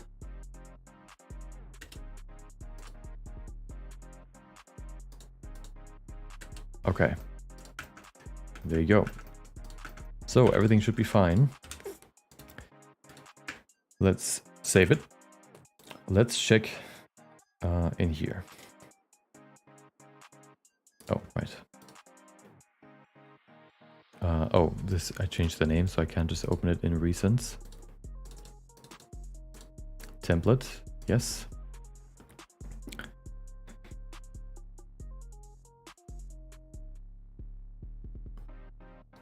It's like a Mexican hamburger, okay.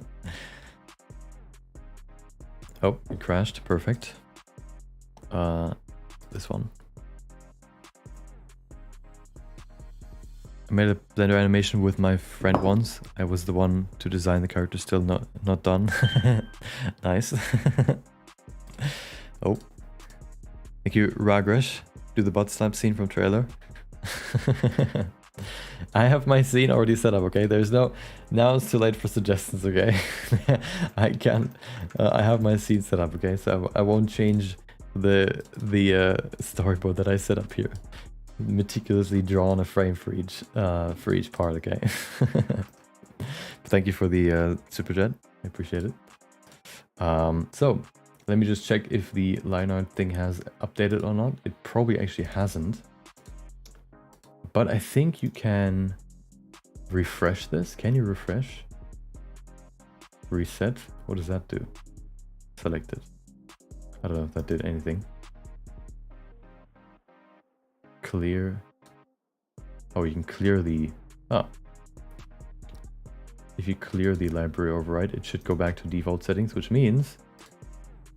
it should work, but it doesn't. Perfect. I guess I need to make it library overrideable. Do I? Well, that's kind of weird. Whatever, I'll just do it. If it works that way, then it works.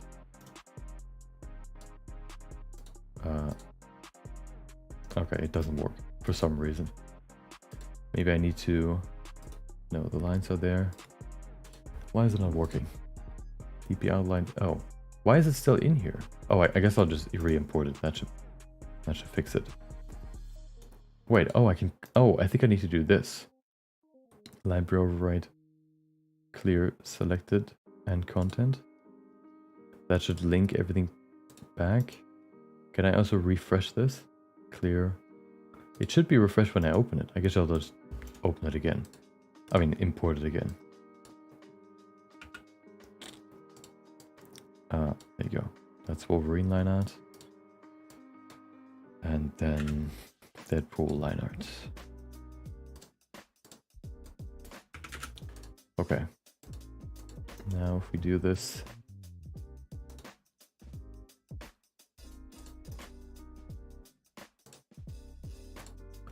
we can check.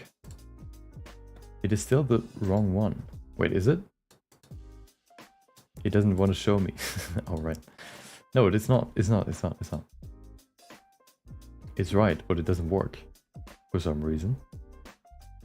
Maybe it has a different... maybe this doesn't work because it has a different... What would you call it? A different, like, path to the collection. Which is why it doesn't work. So I guess I'll have to do these by library overriding them, but that shouldn't be too bad. Which should then just stay this outlined. See, here it is. Here we have the linked version of the collection, and here we have the not linked version. And I think I need to select the not linked versions for this to work for some reason. There you go. I don't know why, but it is that way, so we need to treat it that way.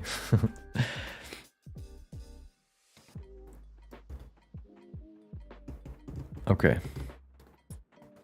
Have you already planned sound effects? Or VFX? I don't know. Or AFX? What's AFX? Sound effects, no. VFX, yes. While doing the outline, it shows this deleted wrong lines and edit mode and extended the unfinished lines. Oh, okay. Saw the blue drafts. Yeah. Yeah, I'm excited for it. Once this setup, which is kind of boring, is done, we can get into it. Okay, so line art manual. This should be ready. No, it's not. Obviously not. Manual. This one is the oh right, outlines. Okay. Deadpool line art, Wolverine line art. This one need to change too, obviously, because why would it not? W outlines. Oh.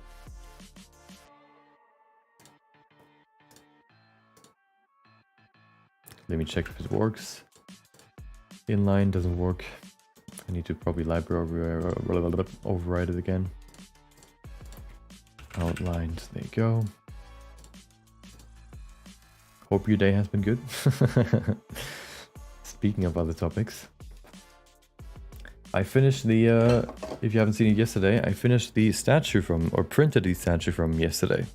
I also posted some photos of it in the on Instagram and Twitter if you want to see closer looks at it. I think it turned out pretty good. There's one small thing where the printer just broke off like a small part of the pants at the bottom, but it's pretty unnoticeable, so it's not too bad. I don't think that's an issue with the model, it was just an issue with the printer. Sometimes you hear like little cracking when it, I think, like grazes the already hardened print with the nozzle that puts out the material. You can hear like a little snap. And I think this one snapped a bit too much and snapped it off. Why do the manual lines not work? Because I need to do this again. Oh. Yeah. This, you can also get this model at some point in the near future when I set it up, if you're curious. I want to do one of these models, like one of these statues every month. Yeah, so every month you can, if you want, get one of these. Make selected. But of course I need to set that up first. Oh no, I actually just saw that, you can't see it, but the line art for Wolverine is not set up properly. Oh no, let me, can I, no, okay, good. Yeah, that should be fine though. I hate doing something, then realizing something that I need to change, and then having to redo what I just did. Hopefully this is not the case here. Okay, so the line art is right. Let me open up the other file again. Because you can see the mistake very easily if I hide my webcam and go to line art. Look at this. So this is fine, DP line art, whatever. But then Wolverine, also DP line art, whatever. Which of course shouldn't be the case.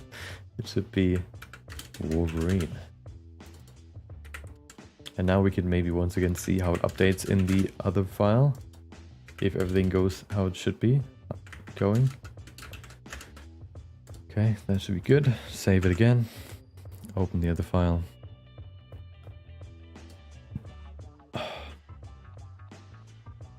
Oh, something had popped up, but it has changed. Nice. Okay. Good. I think that should be everything that needs to be adjusted.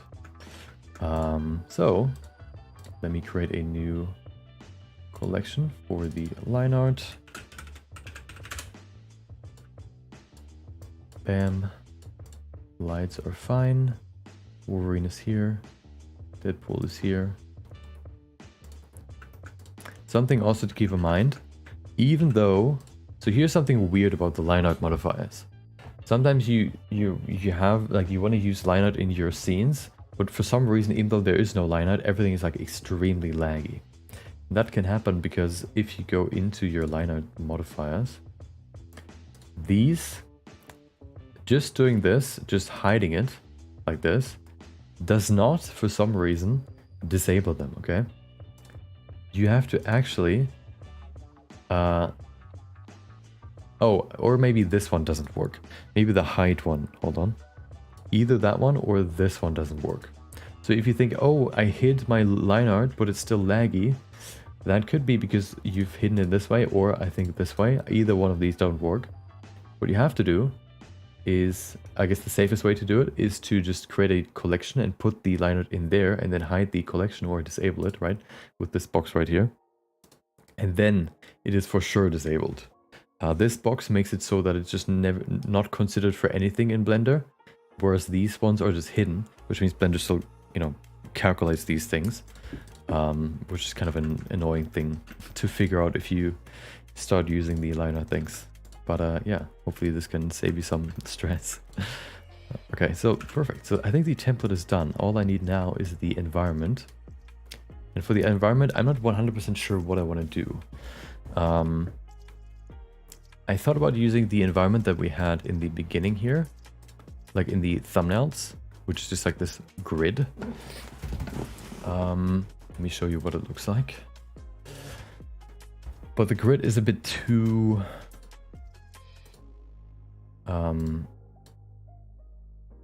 which one is it? 3? No, 4. The grid is a bit too perfect, or a bit too boring. If it would load, nice. What's going on with the grid? Not even the grid is cooperating now. Hello? What is happening? There it is. What is happening? Why is it not doing that in the original? So what is going on? This works. This works. Oh. What?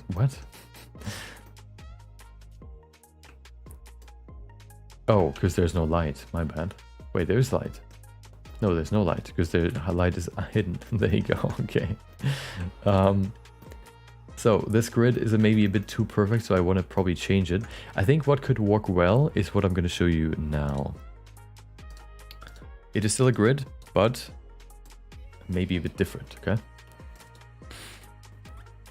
Okay, hold on. How many hours have you been on the computer today? Since 10 p.m? No, 11 or 10:30. So, I don't know, 3-4 hours, roughly. What do I need? Oh, right. It was in One Punch Man. Which character was it again? It was the one that was trapped in the box. If somebody remembers the name. Do you have a DSLR camera or mirrorless, which with a macro lens by chance? I do not. All I have is a phone. Welcome, Milo. Hope you have a good day. Which Deadpool movie do you think is better? I haven't watched either, so I couldn't tell you. I just create projects around movies usually. Okay, hold on. Aren't there 3, by the way?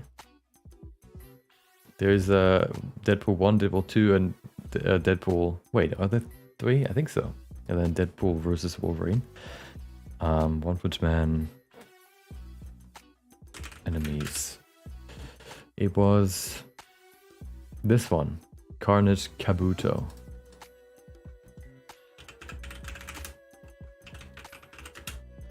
Haha. This guy. Let me find... the... Oh, there it is. This kind of environment. Hold on, let me see if I can find a shot. Yeah. Although, I want to see it in the anime and see if it could work well here too. One Punch Man, Carnage Kabuto, fight. This one. So, oh, blah blah blah. here it begins. Well, that's not the beginning. I think it begins in a very basic like gray room. And then it becomes this, you know, this weird box, this weird digital laser box. I think though that something like this could work well. Not just like a, you know, like a gray box. I don't want to have a gray box. I need room upwards and to the sides, but for the ground, I think this could work. The problem, of course, is that if you want to have like an anime scene, you also kind of need to have like an anime ground. And usually, of course, for anime, the environments get painted. So to avoid having it not look painterly, I kind of want to avoid using like just like a procedural texture to create it, because I think that can quickly look digital. But if we do something like this, where we just have like these lines like this, I think that could work well. I just need to set it up kind of similarly to this. Maybe I can find a better angle. This one. Yeah, I think I think this can work since it's fairly simple, nothing too crazy. But gives you like a good gauge on the perspective that you're looking at, since it's a grid, right? Let me put this over here, and let me see if we can. Let me actually screenshot this, and so we can put it as a reference in here, and then we can create it.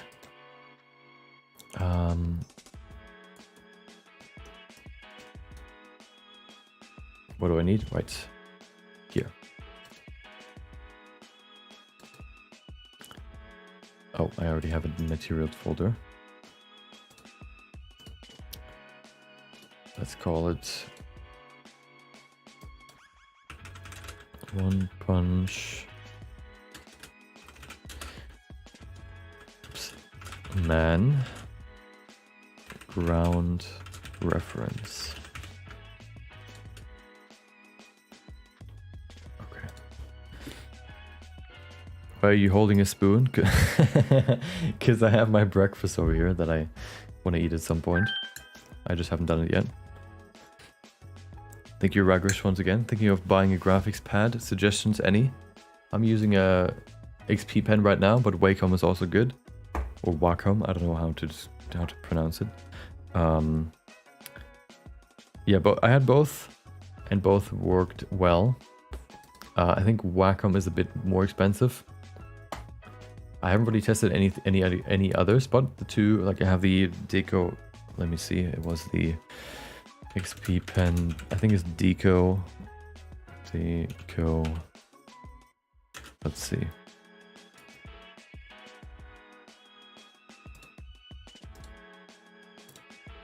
Please let me just go through this. Hello? Okay. Site's lagging. Please. Okay. If we go in here, it should be the Deco series. I have this one, Deco L. Yeah, I have the Deco L W, which is the wildest version. With different colors. Mine's green. Yeah, it's pretty good. I don't really use these buttons, so if I could have a tablet without buttons, I would use it. But it has them, so if you use these, then you can. Yeah, I don't know, if you like them, then you can use them. The only issue that I have with this one right now is that I also, every time I plug it in, whether it's wireless or with a wire, I have to go into the XP Pen settings, like in the software, and make sure that the screen is set to only the main screen and not the second screen too. It by default selects both screens as what is supposed to be controlled by the tablet, but I never need the tablet on my second screen, and for some reason it just doesn't save this setting, and I don't know if I can change it or can save it anywhere. So I just have to, set this every time, but other than that, it works pretty good. And the Wacom, I think the one that I have doesn't exist anymore, so I couldn't tell you about the new tablets.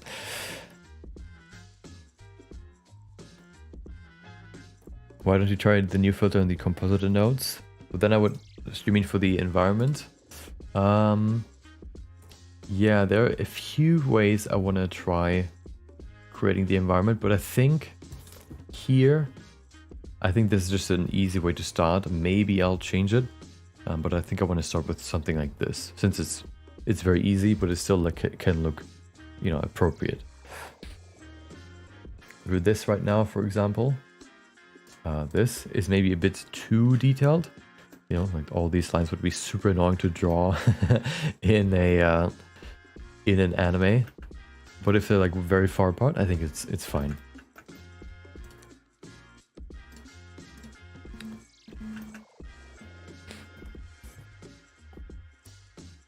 Welcome UNK or UNK. You a fan of Wolverine? I don't really.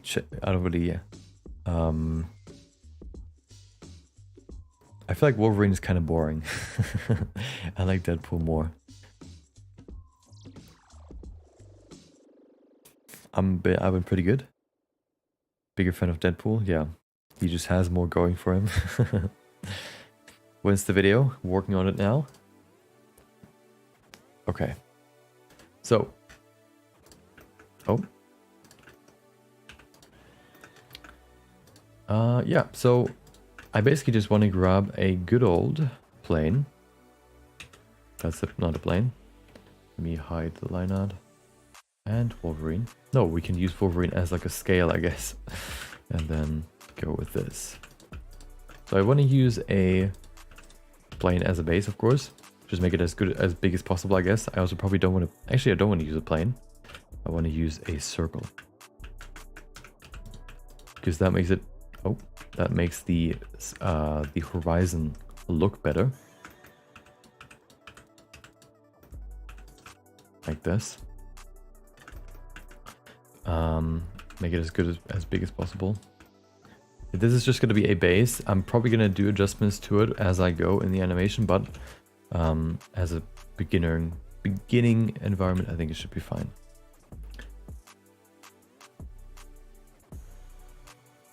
Let me do this too.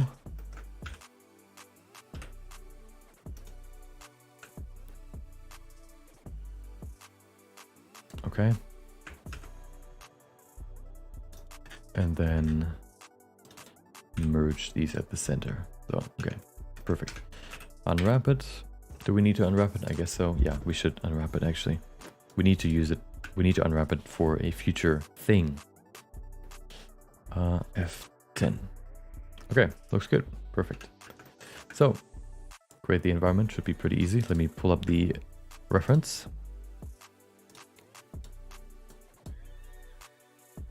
That's what it's supposed to look like. Okay.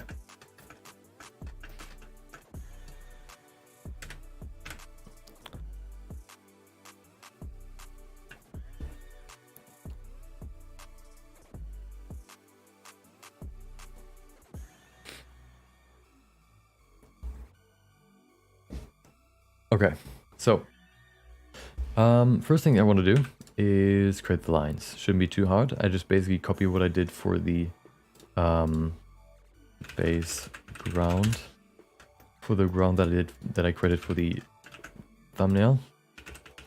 Diffuse BSDF with a wave texture. I could also probably use... Wait, does that work?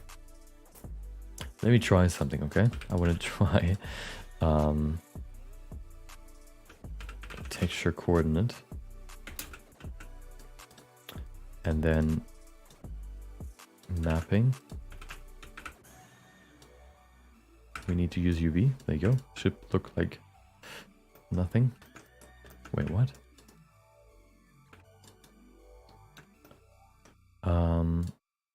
Oh, wait, what did I select? I selected the wrong thing. I think I selected the edges. I'm stupid. Let's go back.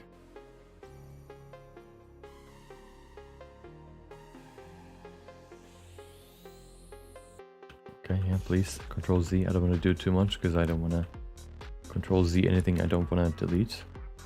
Okay. Now, plane. Do it again. Base, ground. I also want to add a solidifier to this. I need it for the future. I don't know, like 10 meters, I guess, should be enough. Okay. Now, we want to use a diffuse. No, let's go with the texture coordinate first. Let me show you a trick that I think could work. If not, we're just going to use a wave texture, but that's definitely going to work. Okay, there you go. So we have this now.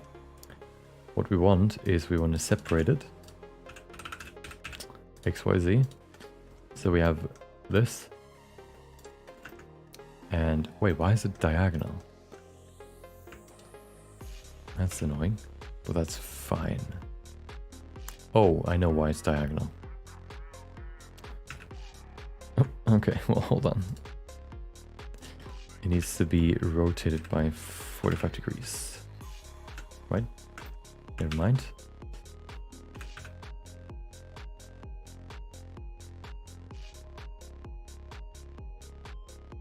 Like this. Okay. No, what?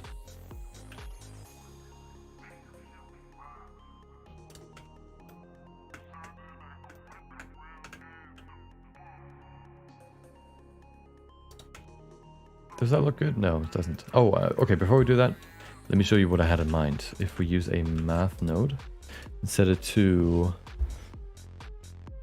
what's it called? Not ping pong, which could also work. Is that the right one? Maybe. No, that's not the right one. I want to use sine. Doesn't work. Never mind. Okay, we're just going to use wave.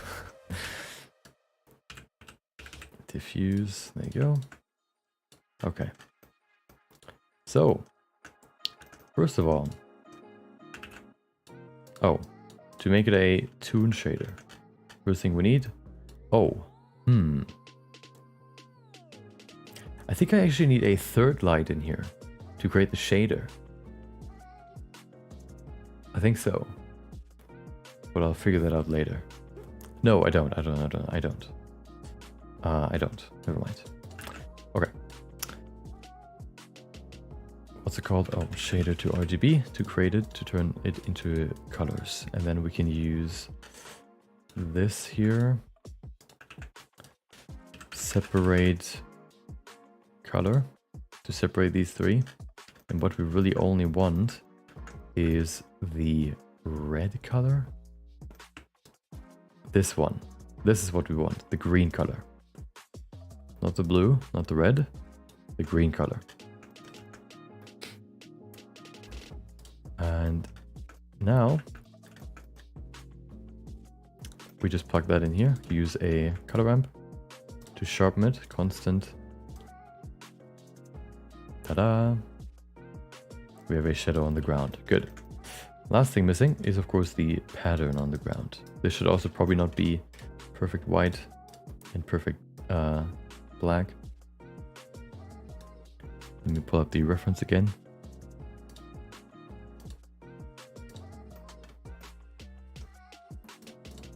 There you go. Actually, that's, yeah, this. Oh, that's maybe a bit light.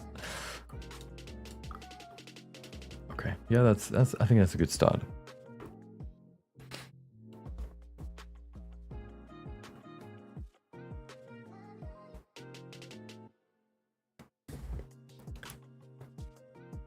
Okay, modulo.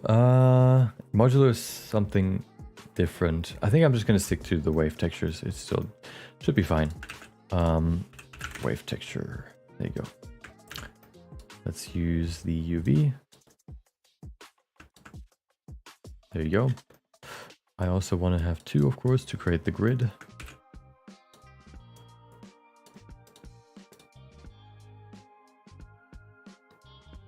And here we have the issue. Do we have an issue? Yes, we do. but we can fix it. Now it's easier to see what rotation the UV has. So we can fix that now. Okay. So I just need to go in here, UV editor, and adjust the... I wonder, hold on, if I rotate this now, that's weird. See, if I rotate it here, I guess it still works, but you can see it extends the UV space. But if I look at it here and rotate it, it doesn't do that. Weird. Whatever. So it should be like this. I think I'm actually gonna just go here and just unwrap it again to reset it, and then do it here. Yes. Let me also, let's see if I can, if I hide the X real quick. So this is the Y axis, which is that right? I think so. I guess it doesn't really matter. Yeah, that's fine. It's kind of offset. Why? Oh, because it's too big for the UV.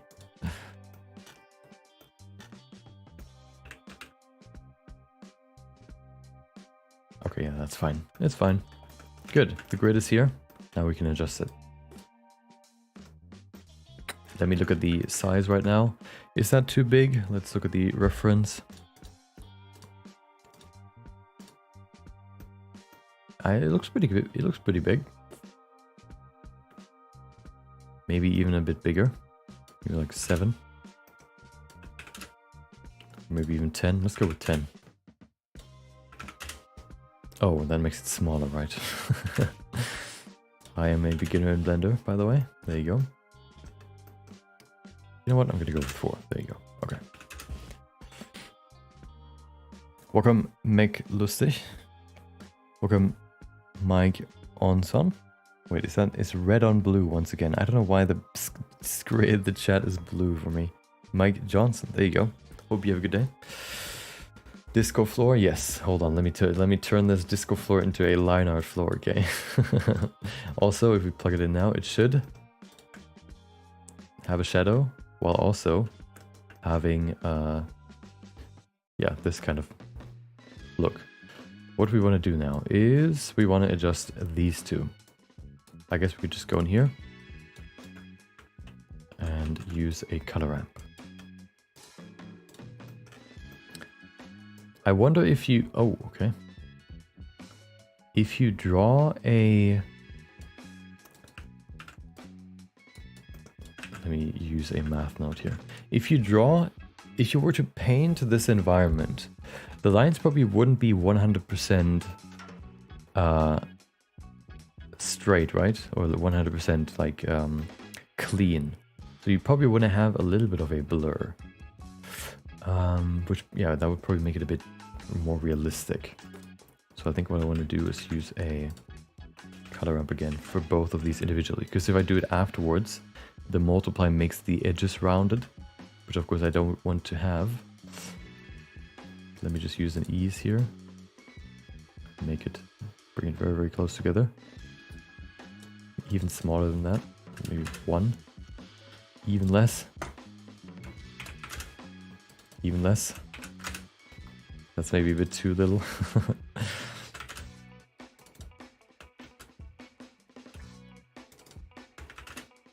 That should be fine. Do the same here. There you go. That's pretty good. It's also just slightly blurry, which is nice.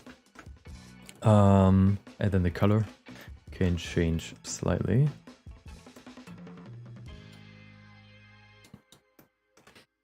Which I'm gonna do here.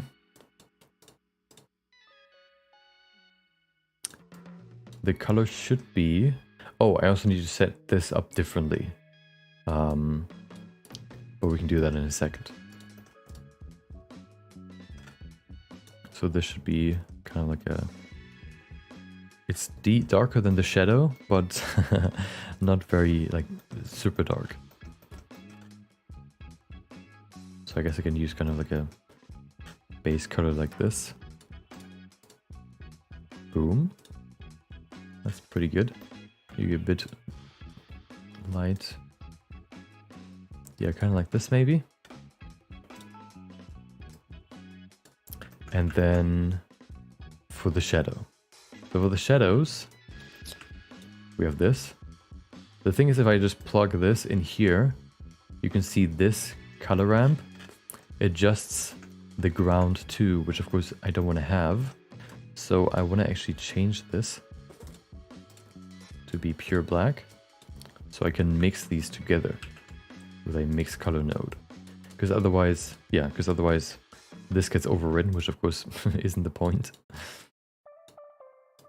So if I do this, set it to multiply, we should get a nice shadow. And if we change this, you can change the intensity of the shadow, which is pretty nice. And now if we move the line underneath the shadow, the lines should get darker too. Nice. I think that's exactly what I want. Perfect.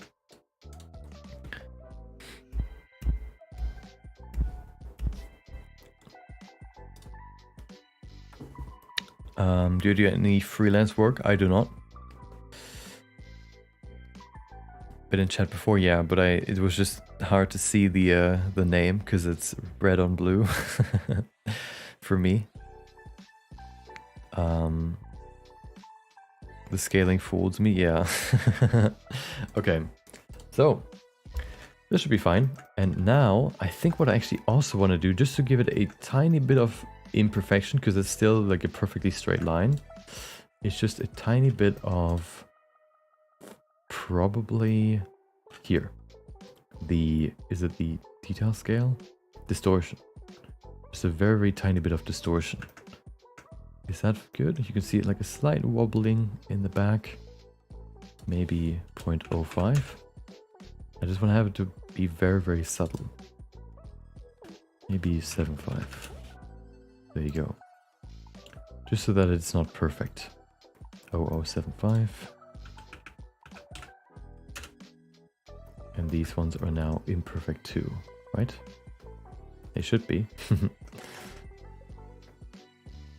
Okay.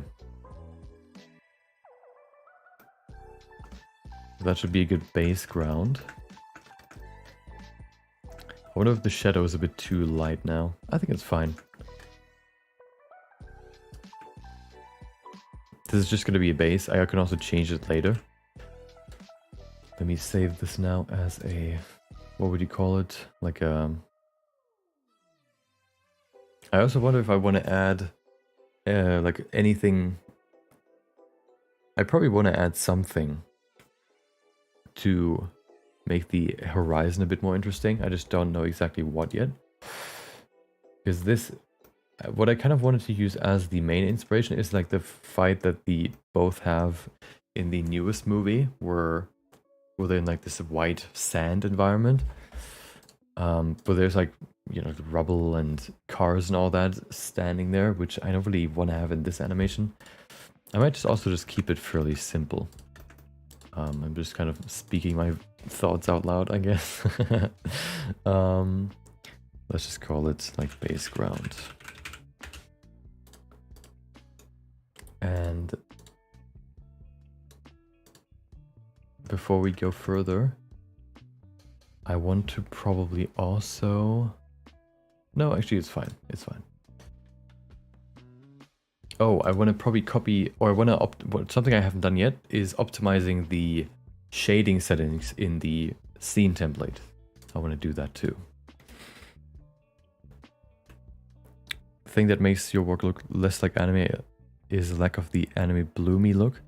Yeah, but that's more of a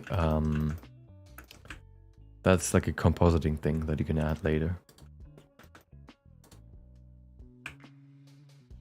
You don't really have that in the main file. You could enable bloom here, but it's not really that. It's not, you can't control it as well. So I add the bloom afterwards, which you can see. Hold on. In the thumbnail, or like in the test renders. Here, for example, like how it's, you know, how it's glowing around the outline, or like the eyes, you can see. So, you know, I add that in the post-production, which is why, of course, you can't see it in here. But even then, even if I wanted to add it, it's not that hard to do. Okay. Oh, one more thing that I need is the world, like the horizon or the sky, I guess. And I feel like I want to keep that pretty basic too. Let me figure this out first. I think it's already done.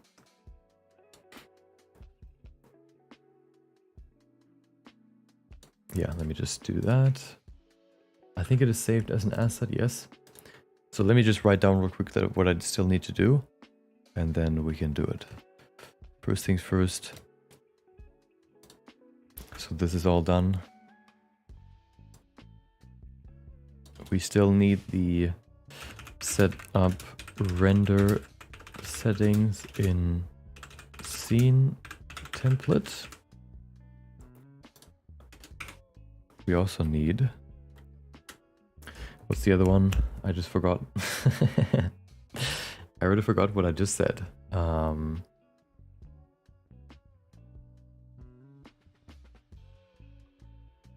Oh. Create sky asset. And that's about it for now.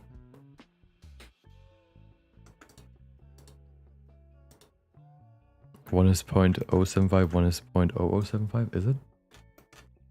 Oh, it is. Nice, thank you. That's why I didn't wobble at all. Yeah, there you go. Okay, perfect, thank you.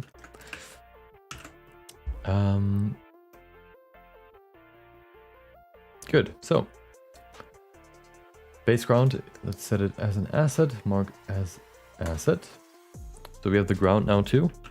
The next thing that's missing is the sky. I want to do the sky first, and then we can go to the new, like the scene template, and do the render settings, like the scene settings.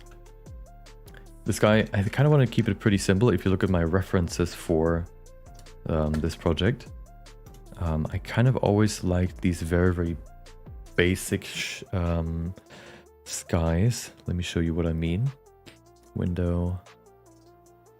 Oh, let me open recent.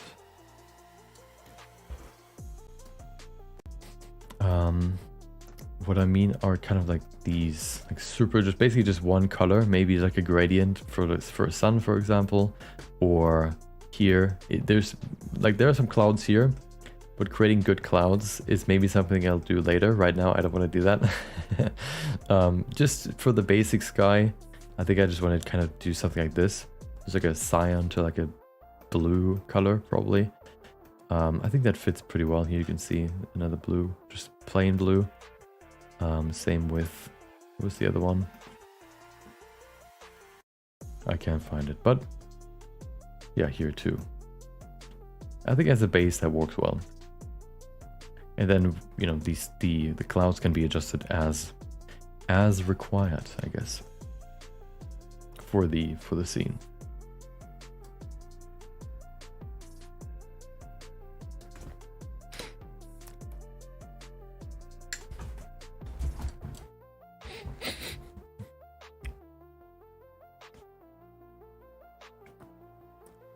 Welcome, Coco. Looked away for a while. So the scene template, so we can start creating scenes, is almost done. Last few things missing is the sky and the scene setup, like the scene settings, and I think that should be it. So the sky shouldn't be too hard. But I think what I want to do actually is create a sky box, so I can import that into. Actually, no, I don't. I can also just turn the world setting here into a asset? I can. Perfect. Okay. Although maybe I actually don't want to do that. I think I don't want to do that, because then I have more control if I have an actual skybox. Yeah, let's do that. Okay, so sphere, I mean, sorry. There you go. Big. Smooth. And I also want to flip the normals. So that if we go in here, let's say skybox. This could create issues later, but if it does, I'll figure it out then, okay? Bunny witch, yeah.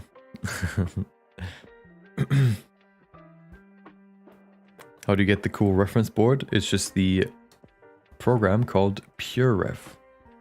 Yeah, just hold on. PureRef. Here it is. PureRef. Yeah. Really useful for references.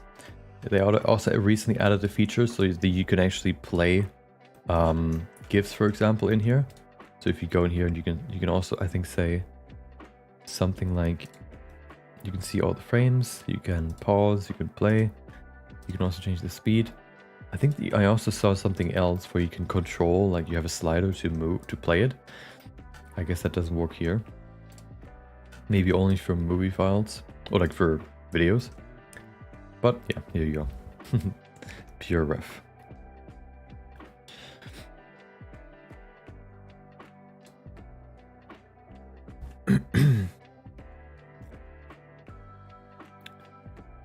Okay, so welcome Dolpharon. Hope you have a good day.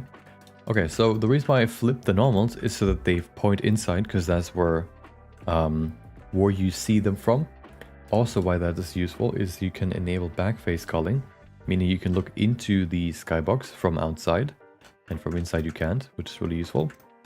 And now let's just create a simple shader for this skybox. Okay, we need emission. We kind of don't need it, but whatever. There you go. And I just want to use a gradient. Use, what does UV look like? Not really what I'm looking for. I want to use object. Okay, so what is this? Why is the linear gradient so small? That's weird. Does generator look like that too? Dude. No. Weird. Okay, but that's fine. Yeah, that's fine. Okay. So, what I want to do is rotate this upwards. Okay, I guess that doesn't work. That's weird.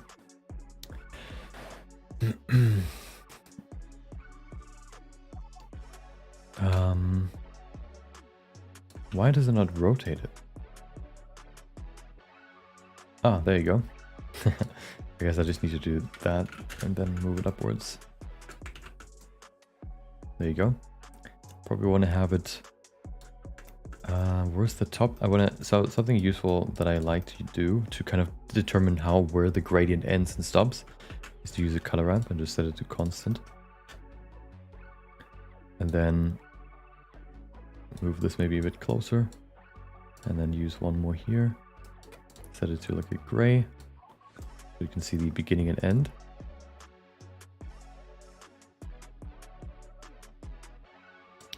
So this way I know where it ends and where it begins. So I can place it like this.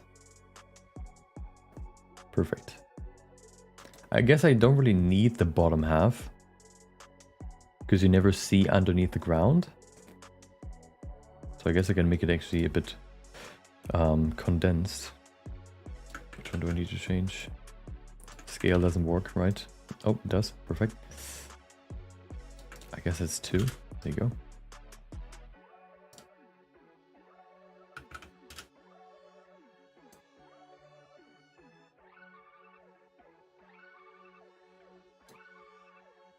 Let's set it to -1. There you go. So now if we remove this, we have a nice gradient. Perfect. Let me do this. Let me pull up one of my references. And we can just grab the colors from there.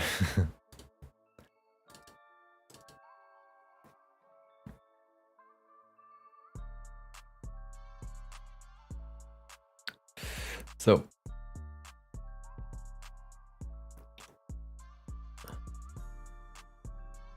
where's the reference that I'm looking for? Nope. I guess I could use this one. This one looks pretty nice. Although, it's pretty good. What is this one? Nope.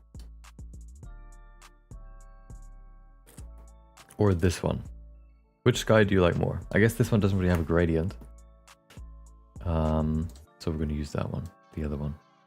This one. Okay. So we have the bottom, which should be brighter than the... Yeah, brighter. There you go. And then the top should be this. Perfect. And we have a sky. Very simple one, but should be good enough. The reason why I wanted to set this as a skybox is because now I can adjust the... Oh, also could maybe use ease like this. That might make it look better.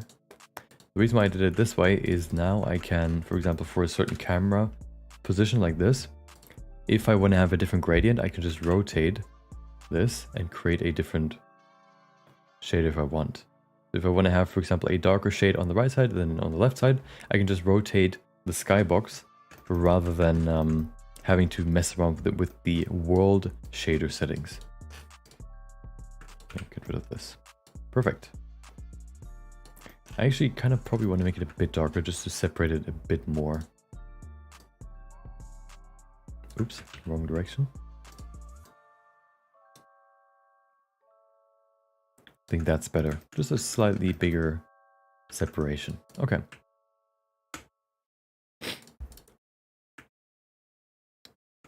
Call it skybox. So that should be it. Good. Let's begin. Anything else we need? No, I just need to turn this into a asset, and that should be it. Perfect. Oh, one more thing for the shader, of the skybox. The shader currently has shadows enabled, which of course it shouldn't have. So we need to change the blend mode. You can see everything is just in shadow because, you know, it still has a shadow. So shadow mode none, which should, yeah, fix that. Blend mode should be opaque. That's fine. Okay, perfect.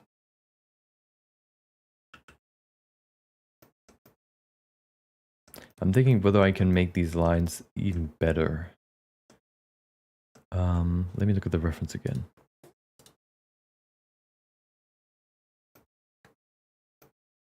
I wonder how, I guess if they paint the environment, they just paint everything white and then add these lines. I don't think they do anything else. It doesn't look like it. It feels just like, yeah, they just painted these lines onto a white like base. Maybe it could help if we add a paint strokes texture as a base and make it very, very subtle. Because you would probably, I think the way they do it in anime is that they paint onto glass with like gouache, I think it's the medium they use called. So there's probably going to be some very, very slight imperfections, and we could probably maybe add those with a paintbrush strokes texture. Let me see if I can find one. I'm currently working on the Punisher challenge. Would you like to review it when I'm done? You can post it in the Discord if you want. In the I did this, or I made this channel, and then I'll see it.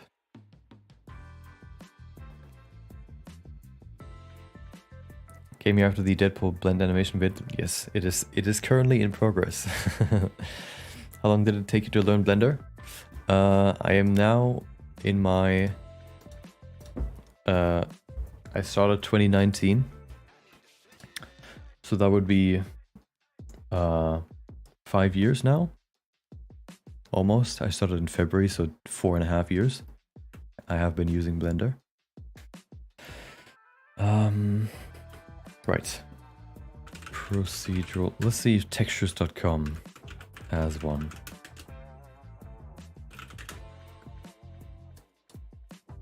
Oh.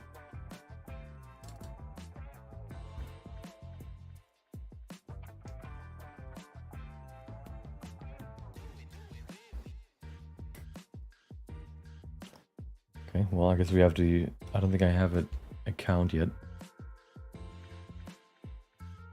Procedural materials. No, I'm just looking for... Can I search? Ah. Brush strokes.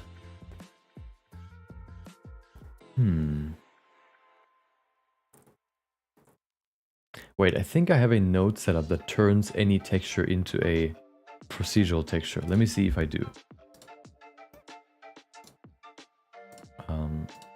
In my blend files. Eevee light projector, nope. Make it non-tileable tileable. There you go.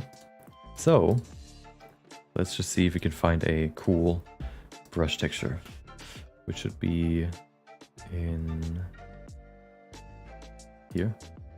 Let's look for pixels first. Free images. If you're looking for any free images, Pixels is a good platform. Let's look for brush strokes. It should be fairly subtle. I can make it more subtle with the color itself, but you know, at first I need to have like a texture that has something like this, just like a full image that I can then make tileable and of course dim down, I guess you could call it. Welcome, Piyush. Hope you have a good day. Did you have any 3D experience prior to your start with Blender? No. Blender was the first program I learned. I had experience with like character and animation because I drew before I went into Blender, but I didn't have any 3D experience before Blender.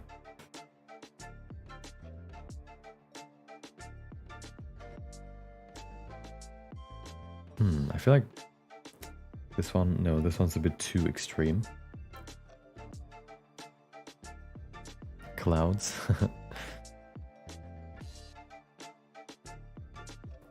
I also probably want to try a new technique for this animation, but we're not there yet. Okay, so I'm just teasing something that's that's probably not going to happen today. Okay, I feel like if I'm thinking about like a paintbrush texture, this is not really what I'm looking for.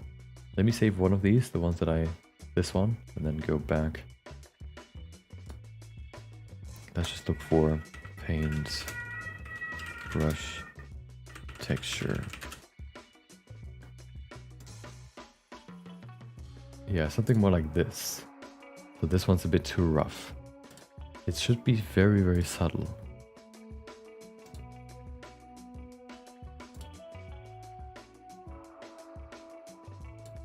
Like, for example, if you look at like Spirited Away, for every environment that you see, of course this one is like an older anime, so it will look a bit more painterly compared to newer anime, but let's see if we can see it here. For all of these, you know, environments, so everything that is not a character, has like a very, very subtle color variation, because you know, if you're painting something, you're not going to be able to perfectly paint, you know, paint anything. There will always be slight color variations because you're not a robot. So I'm just trying to find like a, you know, like a texture that can kind of give me that. Maybe let me actually see if there is like a Blender procedural paint strokes. Usually those textures or procedural things don't have Like, they don't really look exactly like strokes. Painting brush strokes with geometry nodes, that's not really what I want. This one. There's one for clay, but this one, that's a bit different. I could also paint one, I guess. You know what? I feel like I'm gonna do that. I feel like I'm just gonna paint my own.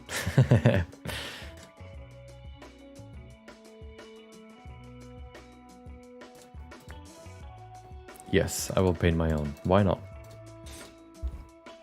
Okay. Let me just paint my own texture real quick. Get your paintbrush and a piece of white paper. Best way to get your brush strokes. Yeah, that's what I'm gonna do, but digitally.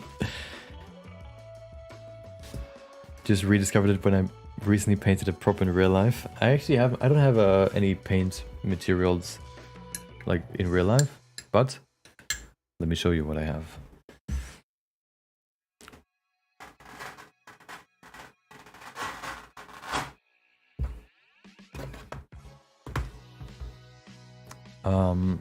Takes so much time in animation for a single creator to make a 1 minute clip. Is it worth to be in this line of animator? If you like it, then sure. Depends on the lifestyle you want to have. You know, animator, you know, usually being creative or a creative means that you kind of like being a creative is like or art in general is like a luxury thing. So art itself, it may not feel like, you know, like that if you're creating it, but like the art, the action of creating art is like a luxury thing. So if you're thinking about like the luxuries you want to have in your life, and you already have art as a luxury thing, then having like, you know, I don't know, expensive cars and stuff is a bit harder to achieve if you want to do that through your art, for example. If you want to just do it as your hobby, then of course it's different. But you know, it's kind of similar with every job that you can choose. There's always, you know, drawbacks and benefits, and if the benefits exceed your drawbacks, then, you know, it seems like a good job. And if you know, like animating so much that you don't care about, I don't know, maybe a lower wage or more time on the computer, more work than usual, maybe even, then you know, that's fine. Let me open a new file so I can paint my my texture. Here it is, the canvas on which it will be created. Good. So let me calculate this real quick. I mean, calibrate. Let me show you how this will work. We need a texture, image texture. I feel like 4K should be enough. For more than that just makes it too laggy. So yeah, let's stick with that.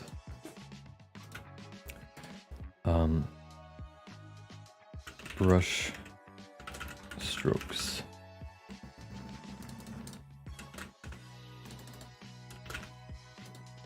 Color. I think white is a good start. No, I'm actually going to start with black.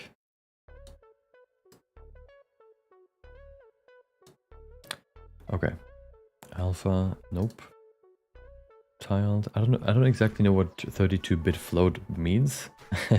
I think it just adds more bit to the texture, so I just tick it, but I don't know if it changes anything. Oh, brush strokes. Brush strokes, there you go.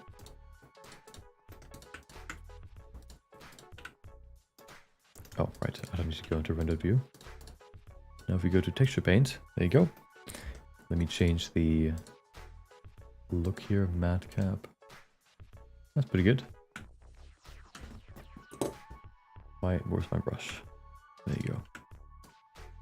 Okay, so of course we only have one brush in the basic Blender texture paint brushes, which is not good and doesn't look like anything painted. But here's the thing. I've made my own brush collection with custom brushes. So why don't we use those? Brushes, custom texture paint brushes. There it is. And then brush, there you go. 0 to 50. Perfect.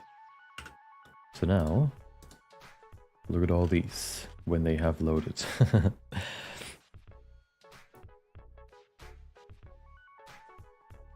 Is there a chat slow mode right now? Nope, shouldn't be. There's some spam. I don't see it. Hold on, let me check. I thought I blocked it. Hold on. There was some spam or there is? Let's just check.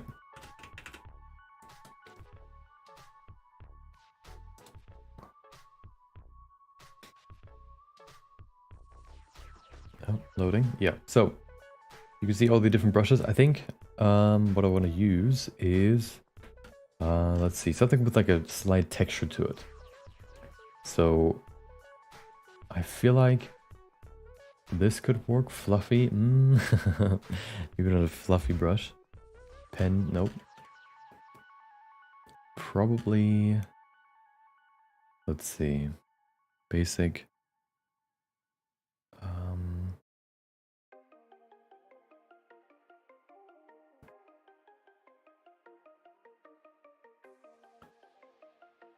Either the gritty, or let's just use this one.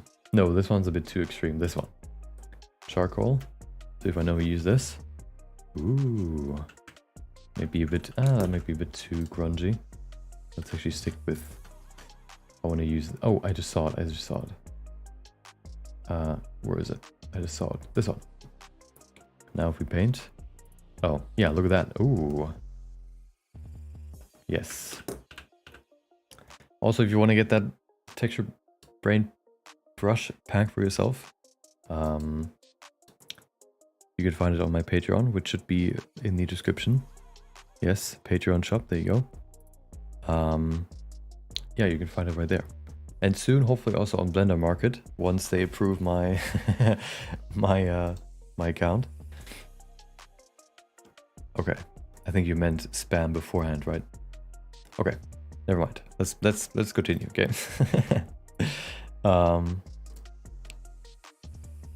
Yes. Okay. Sorry for wasting your time. That is I choose whether you waste my time. So if I choose to read your message, usually you know it's something worth reading. If I if I want to spend my time quicker, I guess, or waste less time, I just won't stream. But here I am, so you have nothing to worry about. The only problem that I have with Blender's texture painting is that it's very laggy because of the resolution of the texture. So I think what I need to do is actually just go deeper. The problem that it has is with the resolution of the texture. So you can see if I paint like this, you can see how laggy it is because it needs to change so many pixels at once. But if I do this, never mind, now it doesn't work at all. If I do this, you can see it's very, very smooth. And you can see the texture that it creates, which looks really cool. Oh, hello. That is the only issue that I have with Blender's texture painting, the performance. Let me just change this to a nice, maybe like a slight gray. Actually, no, I have opacity on, so I don't need to change it. Actually, the maximum should be like a slight gray. There you go. It didn't change. There you go. So now what I basically want to do, I want to treat this like a, I guess like a, how they do it with anime, where they paint onto, I think, like a glass plane, and then they paint the characters onto another layer, and then they just layer, like they stack the layers on top to create the environment. So what I want to do here is just fill this with white. And you can see if I just paint like this, you can see I already create a base texture. So if I just fill this slowly but surely with a color. I can already create a base texture, and then I can adjust it even more with some other brushes to give it, you know, more variation. But first I just want to fill this as best I can, and then we can go into other texture, other strokes or other brushes. So crazy that Blender still has only one default brush, not a single one, and it's just like a round, soft brush. What are you supposed to do with that? You can't texture paint with that. You can't do anything with it. No key, like a I don't know, like a square brush or like a triangle brush. Nothing. Just the very basic, ultra basic, yeah, a circle brush. Doesn't stream very killer kill much yet. Well, we'll get there, okay? It's not supposed to be like a killer kill. It's like the main reference is like Promare, and the other one, oh, One Punch Man, is kind of like the main reference. But yeah, first I just want to have like a base texture that I can use, and then we can think about the rest. The thing is, I think I actually want to keep more of the gray underneath, or like the black underneath, so I can use the color ramp to dial it, to lower it a bit. So I kind of want to keep this pretty, I guess, black. But I also don't want to go too... Actually, I'm just going to paint and then we'll see what happens, okay? There you go. Fill it with the brush. The cool thing is, if you ever want to create your own brushes, you see how when I apply very, very little pressure, you can see you only get these small lines, and then if I increase, you can see it fills up more and more and more, just like a real brush.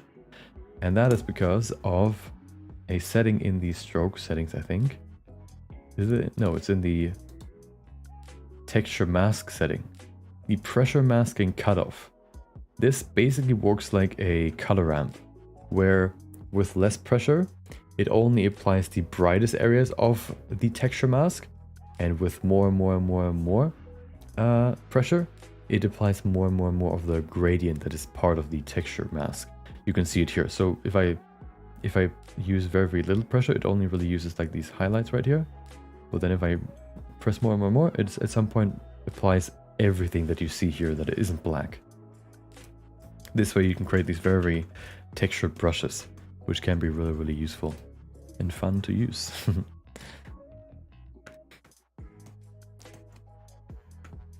I wonder if there's an indie name animation on YouTube. An indie anime animation. You mean like a studio?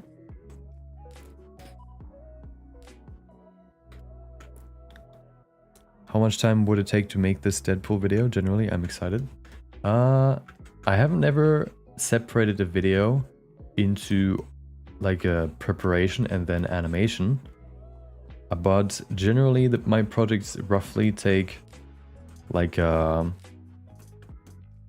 month, maybe. This one could maybe take 3 weeks, depending on how quickly I get through the scenes. Some scenes are very simple, some scenes are very hard, or like, you know, harder. So, you know, it just depends on the scene. But I think I would probably say like a month would be a good guess. I don't want to go too far past a month. So yeah, I think like a month would be a good goal to aim for, that I have the following week to create the video. And then the following week after that would be the release of the video. That's usually how I do it. Okay.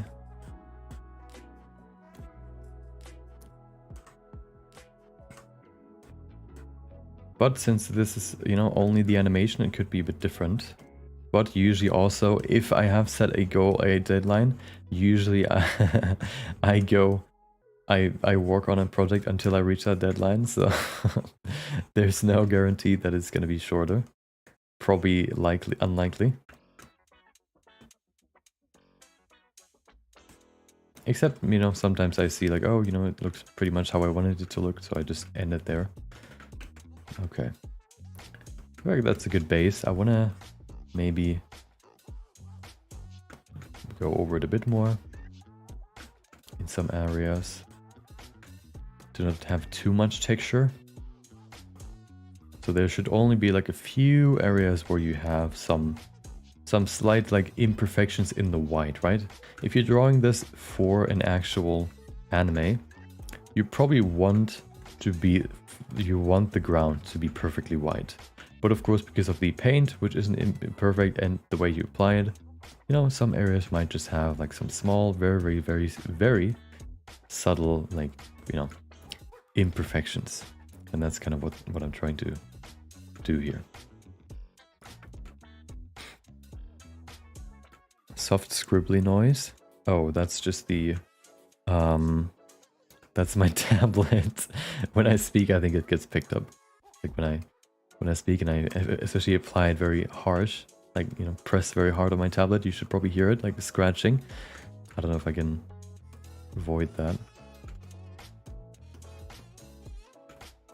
It only gets picked up when I speak, because then, you know, there's no noise gate. There you go. Okay, kind of ASMR-y. Do you watch any indie shows like The Amazing Digital Circus? I haven't really looked into The Amazing Digital Circus yet.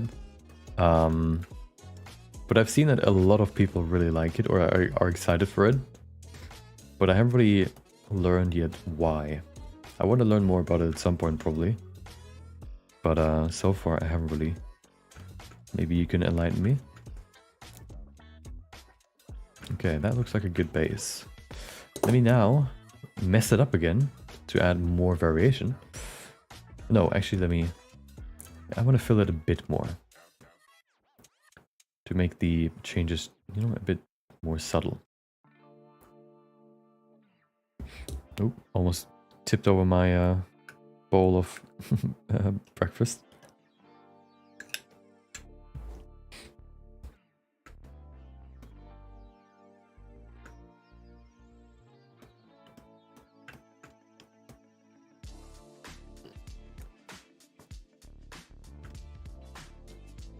Okay, so if you look at this, I think that's fine.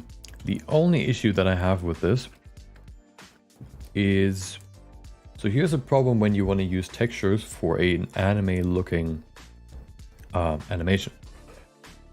The texture can quickly reveal that it's not painted. So here's, I don't know, how can I explain this? Because it's a weird phenomenon that I'm currently thinking how to fix. I think I have a fix, but let me explain what I mean. Whenever you have an animation, right? Or when you have a 3D animation, there's the screen space, then there's the world space. World space basically meaning, you know, what is in the 3D environment. Currently in this environment you only have the plane and nothing else. I guess you also have a camera and lights that are hidden right now, but right now we only have the plane. But in screen space, you only have what the camera can see. So, if I now, you know, paint this texture onto this plane, and the camera would look like straight down like this, the only thing visible in screen space are these paint strokes. But if I move the camera down, it reveals that it shows in screen space the world space too. Meaning that the texture gets distorted according to the world spaces or the camera in the world space. But in 2D, you don't have world space, you only have screen space, since all frames you're painting are in screen space. There is no world space because you don't create a world first and then place your camera in it. You just paint what the world would look like from the screen space perspective. I guess you could say in 3D the screen space gets created with the world space as the base, and in 2D the world space gets created by the screen with the screen space as the base. So when I would, if I now, for example, would just paint these brush strokes, let me actually just show it to you a bit more obvious. If I change this to black, for example, and I paint a big stroke here, and then I see, okay, this looks, this looks like a normal brush stroke. But if I now change the camera to a diagonal version like this, like a lower view, the brush stroke doesn't really look very natural anymore. And it gets even more extreme if you would bend this. Since if this would be the perspective of that 2D shot, the brush stroke would look like this, right? The brush stroke would look like this. But the problem is, yeah, that is the issue. The brush stroke should look like this, right? This one should look like this one, but it doesn't, because the wall space is taken as the base for the screen space. So, and you can see if I were to move up again, you can see the brush strokes got stretched to make them look like screen space. But I think I have a solution for that. Let me finish this texture first.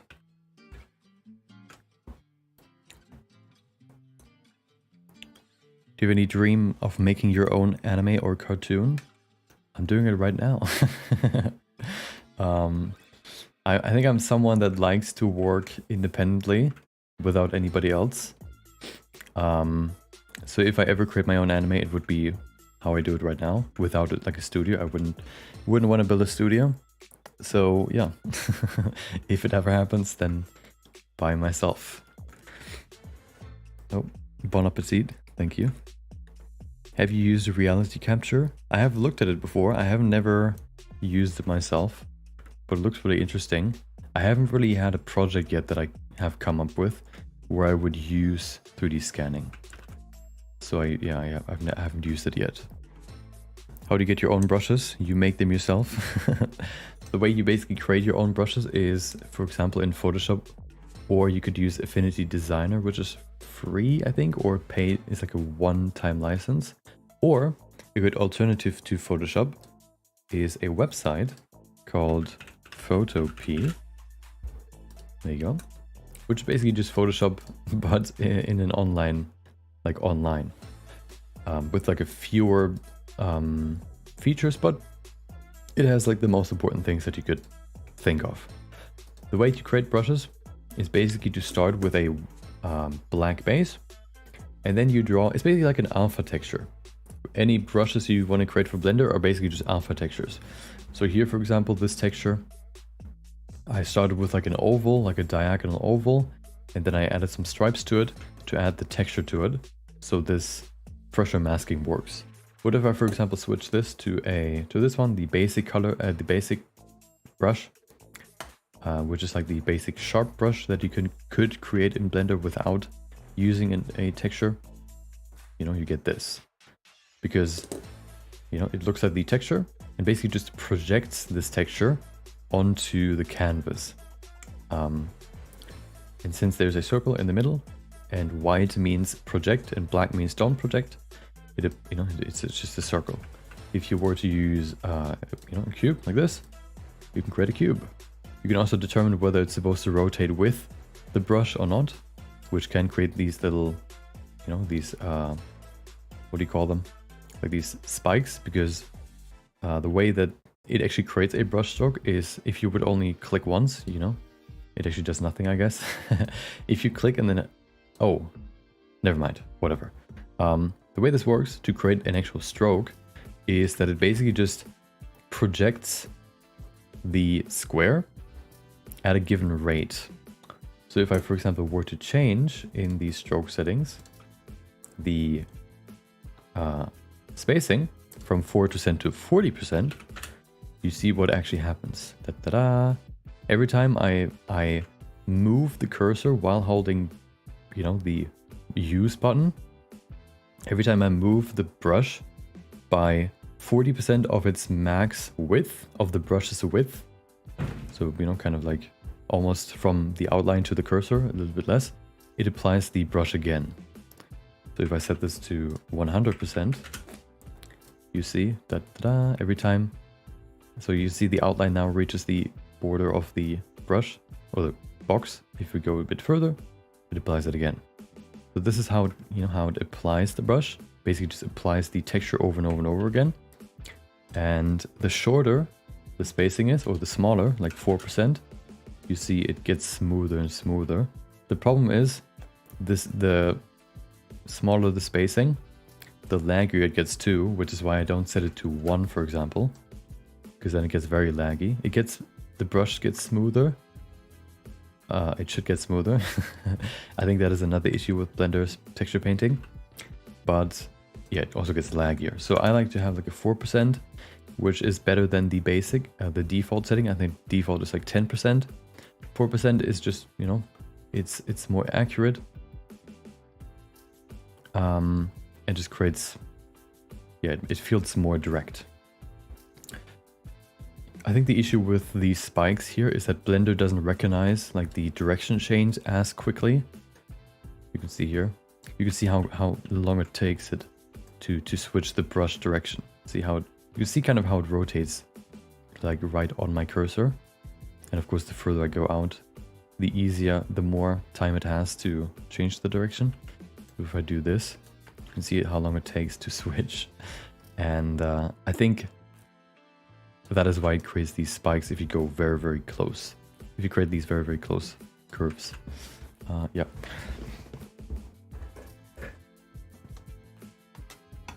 GIMP is good too. Yeah, GIMP is a good one too. I think GIMP is free, so you can use that one. Yeah, and that's how you can create your own brush. And then there are some brush settings too, like stroke settings and stuff in Blender that you can change. That's how you create your own custom brushes. But of course, if you don't want to go through that hassle, you can also just get mine through the Patreon shop. Should be in the description. Yeah. Okay, so we have the base. Let's add some more variation with some other brushes. Maybe leaf brushes. No, they don't really work that well. Let's see.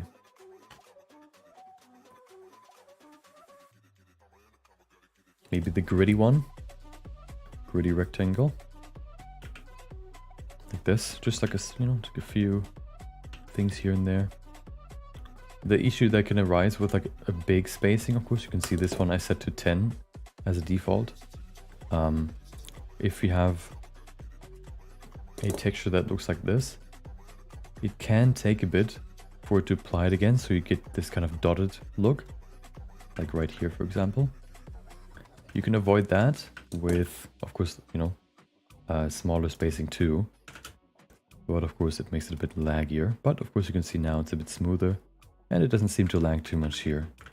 So I'm actually going to use it with 4%.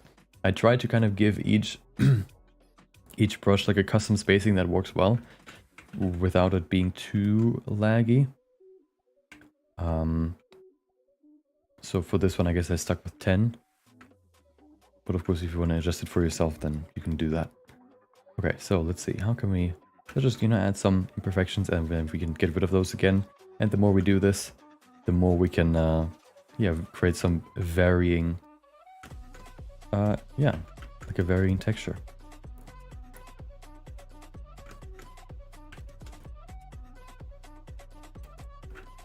How long do you think this will take? Like the texture or the project overall? Can you Deadpool break the fourth wall? It does in the end. He does in the end. Very slightly. For like a, for the last scene.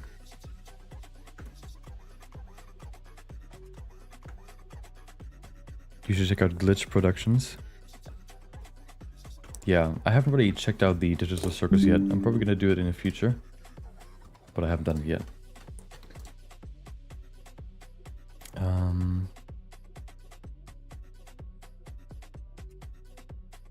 Let's use this one. Detail clouds. Oops. Make it the base color again. Yeah, the texture painting in Blender is just so old. We also need to... Oh, flat would probably be a good idea. There you go. Okay. Actually, is that a good brush? No. Not that good for this. This one, maybe. No, this one's square. Oops. Like the painting in scope mode is better than the texture painting. So that should tell you something about how well this works, okay? It's not very good. It's smoother than this.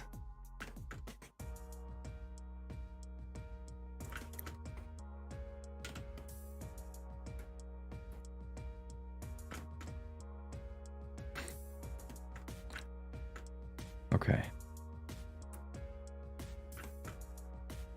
So the way I want to fix, you know, as we talked about the problem with world space and screen space, the way I want to fix this issue is by using the texture and project it onto the object, or use the camera space as the... I don't know if that's gonna work though, because if the camera moves, the texture is also gonna move, which might actually not be too bad, because that would kind of be the case anyway. No, never mind. It gets fixed by a different thing that I'm gonna try, by a different technique. But yeah, for that we need to first finish the texture. So I think what I want to do is use the screen space for the texture, for this brush texture, so that it, you know, is always facing the camera, or is always in screen space. I think that's how we can fix this issue that I mentioned. Let me grab another one. Maybe Marcus is not the best. Maybe this one, gritty circle. Oops.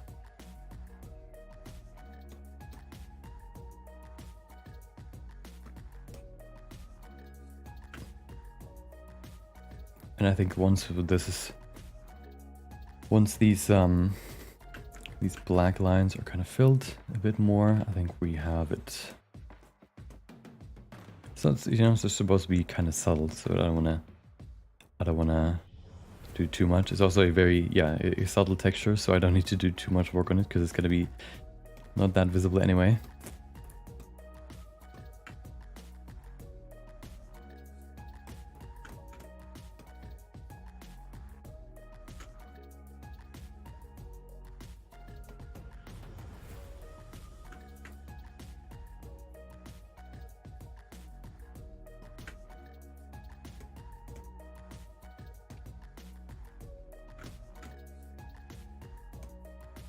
And these dots would probably be very visible if I don't, you know, dim them a bit.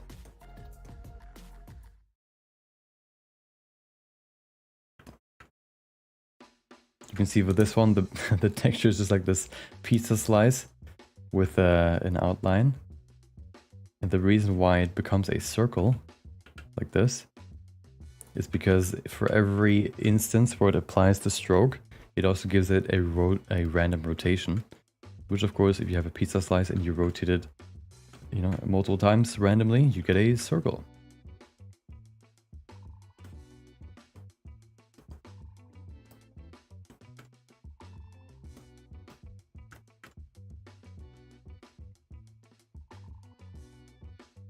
Okay. I really like this section here. Makes it look really, really painterly.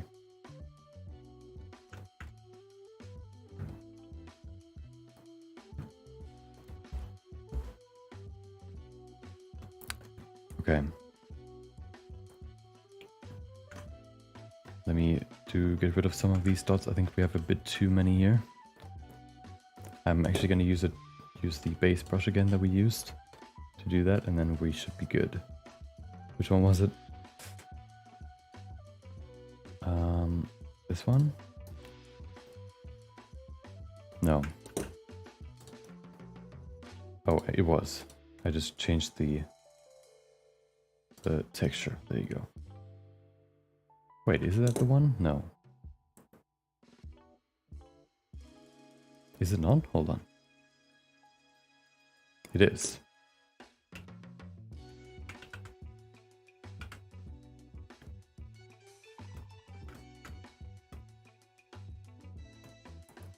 Okay.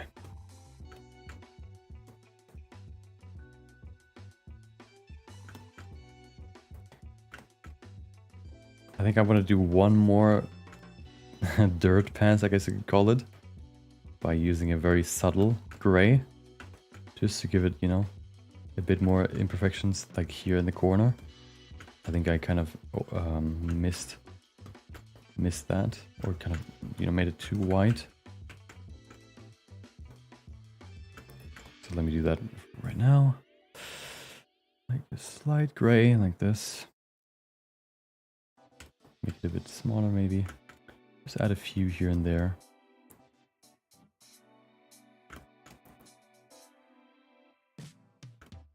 How long have you been animating? This animation or overall?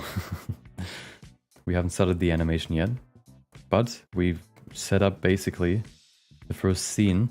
So now we're creating the environment for it. And this is the one part of it. Okay, and then go back to this. So we can paint over it and just look at that. Perfect.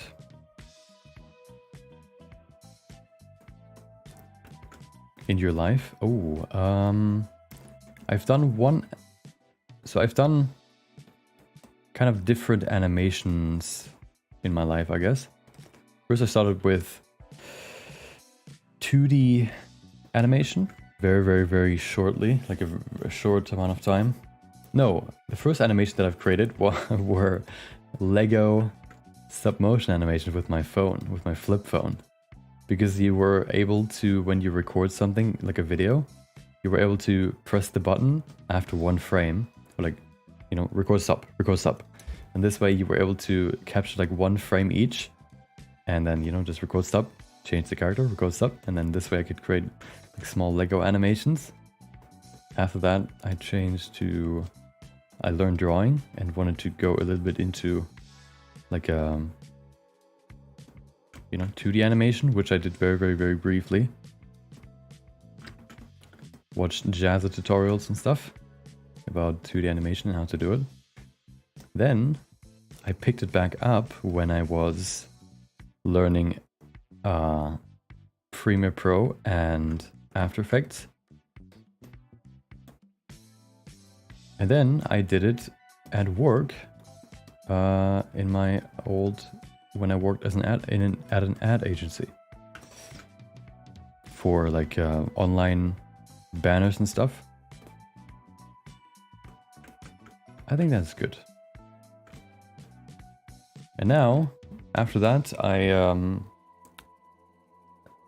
I did one animation, like a brief animation in when I started streaming, which I never finished. And then the next one I did was for the Pixar animation that you've seen, like or you know, that I made a video about. The Pixar, the 30-day Pixar animation. That's the first full 3D animation that I finished, as far as I know, or remember. Okay, let me save this. Oh, there it is. Image, save as. Let's save it as a PNG, should be good. Actually, JPEG is also fine. Full quality. Good. Let me show you what my solution is for the screen space problem. Material, brushstrokes. Okay, do I need this? I don't.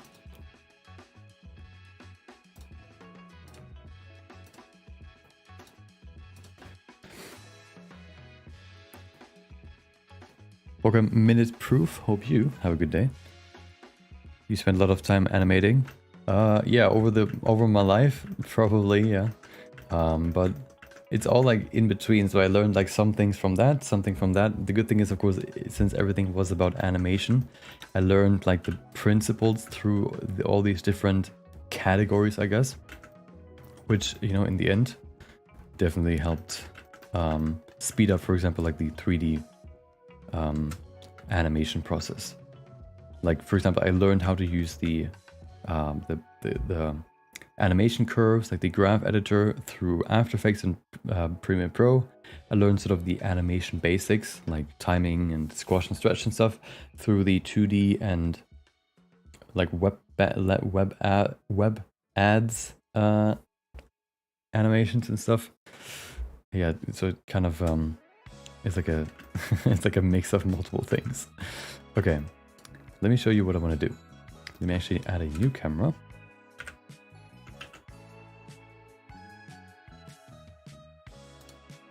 Okay. And this camera, wait, I will control with my camera. Nice. So let's look at the texture. So this is the base ground, of course. Now what we want to do is apply the texture that we just made.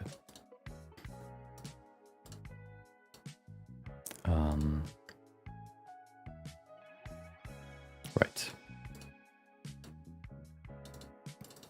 It is here.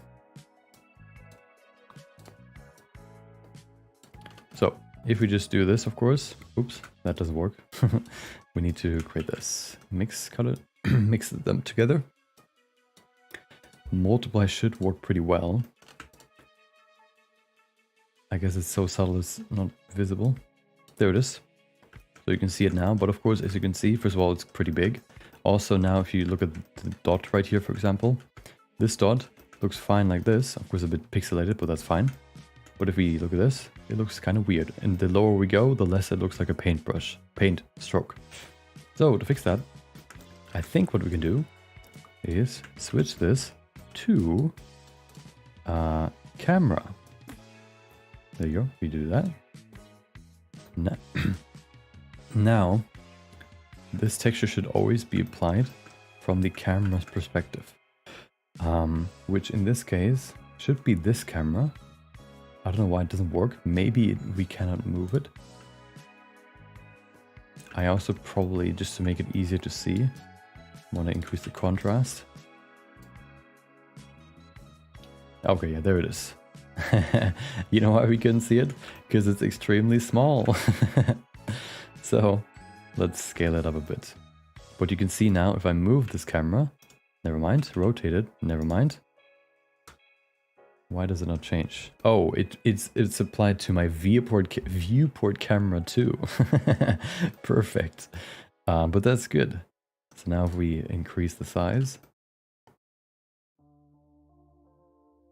I don't know, to 0.05 maybe, and maybe rotate it too. That's trippy, like this. Oh god. That actually, hold on, does that work the way that it should? No. It's hard to see, hold on. It's so weird. Hold on. It doesn't really do what it's supposed to. What it's basically supposed to do is work like projected from view. Maybe it just doesn't work that way, because if we are in the camera, let's see if the camera works. Yeah, so the problem is it doesn't do what it should do. What it should do is just show like a flat version of the texture. But you can see it has a perspective to it. So let me see if we can fix that.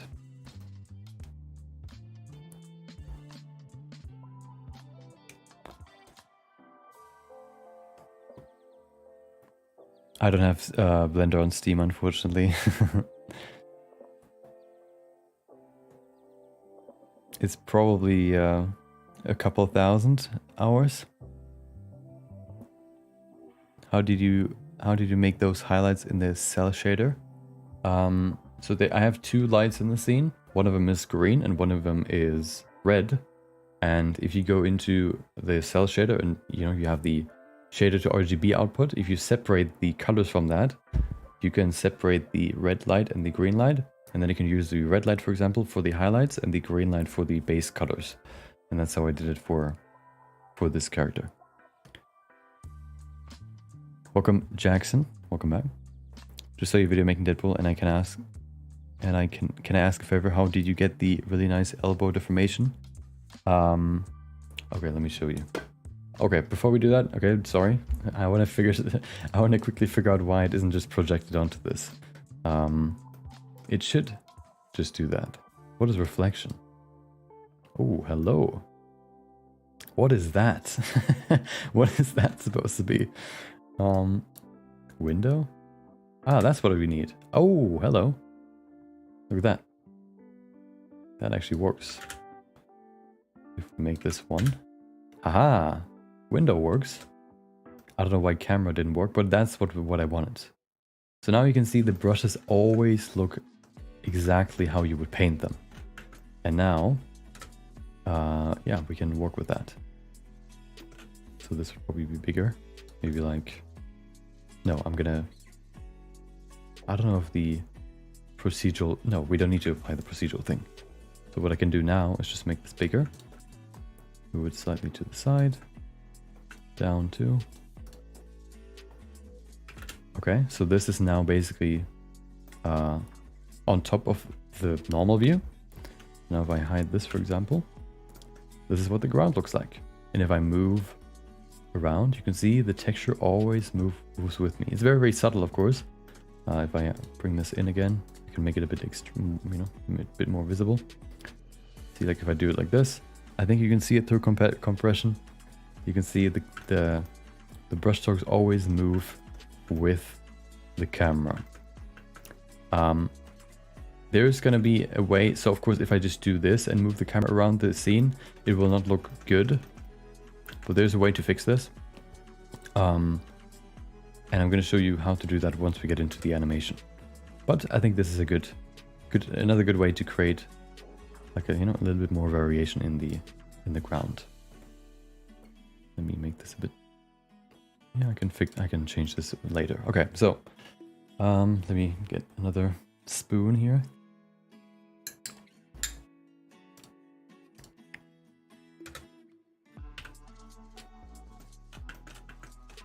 So, first of all, the way I made the elbow is based on a presentation that I found, or that someone sent me on Instagram. That goes over like rigging for characters, or like how to do good rigging and weight painting. Where is it? Never split the difference, various different resources. There it is. This one, I think it is. Here it is. So this is the presentation by Guilty Gear creators. One of the main leads, I think. And here they go over topology, like what creates better deformations. And this is actually not the one that I mean, but this one's also a good one if you're curious. I'm just gonna put it in chat. There you go, if you're curious. The other one that I mean though is bone placement for better deformation. This one. Okay. Here, if we go to, they go through like the whole body, but what of course is important right now is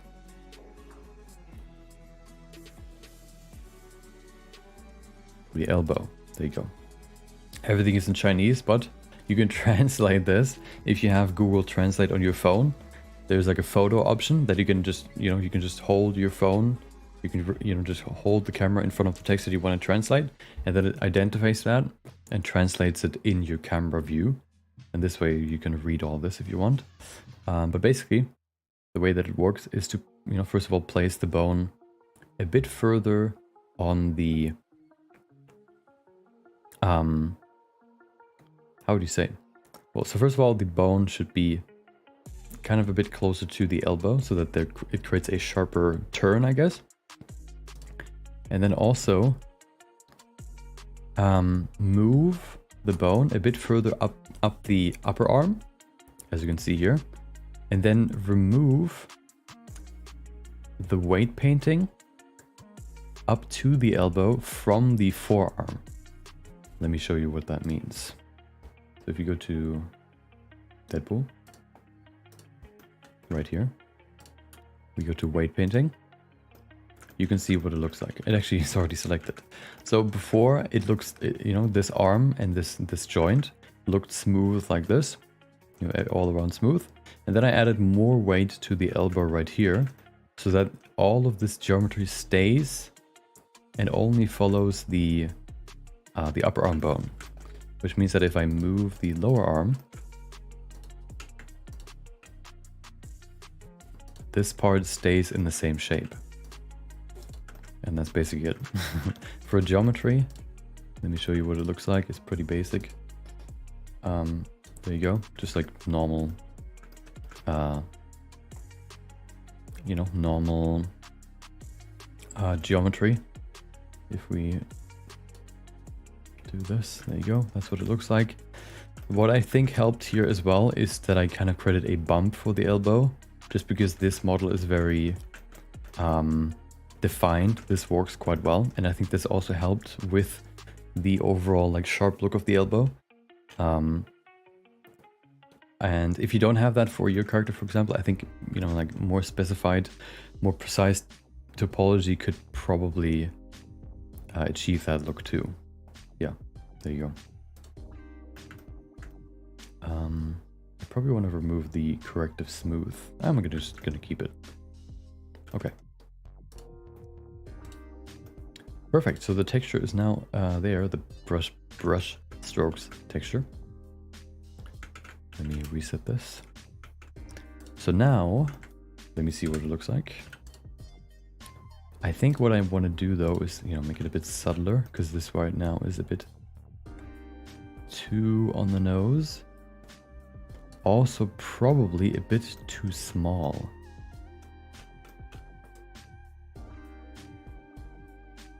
Actually, is it too small? Yeah, let's set it to like 0.7. There you go. What does rotation look like? It rotates around the bottom. That's annoying. But that's fine.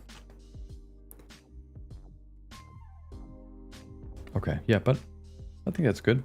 Creates a nice base like this. You can see the brush strokes all look nice. Okay. One thing I wonder. So the only issue that I have with the color ramp is you can't really create a good you can't create a good like a driver for it. You can drive this to change, you know, change the position of the little thing right here, which should be enough here, but what you can't do is you can't add a driver to the color, which is annoying, but I guess it's fine. What I probably want to do is I want to add a custom property. Let's call it, would it be brush strokes? Oh, stroke intensity. Okay. Default value, let's set it to 0.02. Minimum 0, max 1. Yes. So,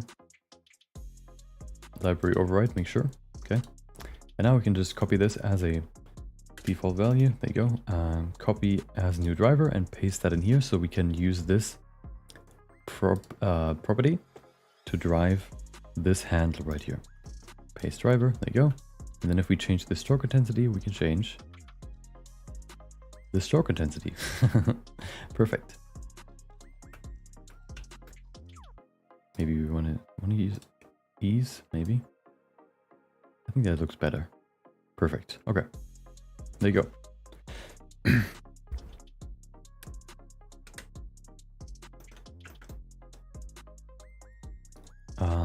Okay, I think that is basically all we need.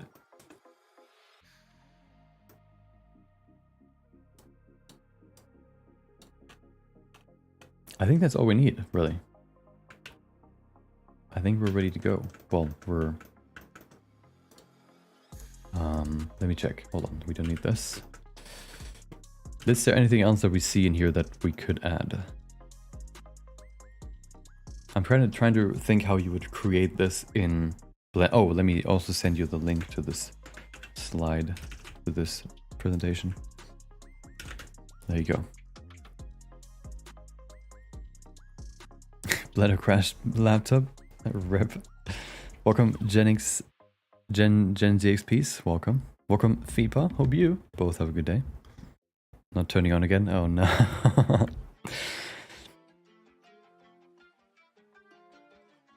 Yeah, it's not really the website of Guilty Gear. It's just it's like a slide share website where they send it. And yeah, driver for mixed color. You can use that to switch two colors. I think the only thing you can't do with it is you can't determine the color. I think for that you have to use geometry nodes, which is a bit annoying because then you have two places where you need to change settings. But I think it's fine. Okay. Is there anything else that we need for the animation template? We have this. There you go. The ground. We have the sky. We have the... Oh, hold on. The sky should probably also have that texture, maybe? Should the sky have the texture? I feel like it should. Let's see what it looks like. Oh, whatever.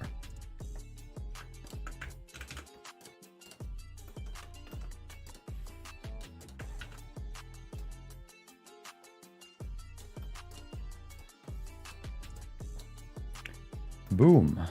I kind of like it actually. Look at this. Look at the brush strokes up here. So the way I probably wanna create the animation is a bit weird. Okay. I don't know how to. I think I need to just show it when we get there. I can't really explain how I want to create the environment because it's kind of a weird way to do it in 3D. But I think it'll look better. But I think this can help. This little texture. Yeah, I want to keep it. Of course, it's supposed to look like he could probably also have that texture on him.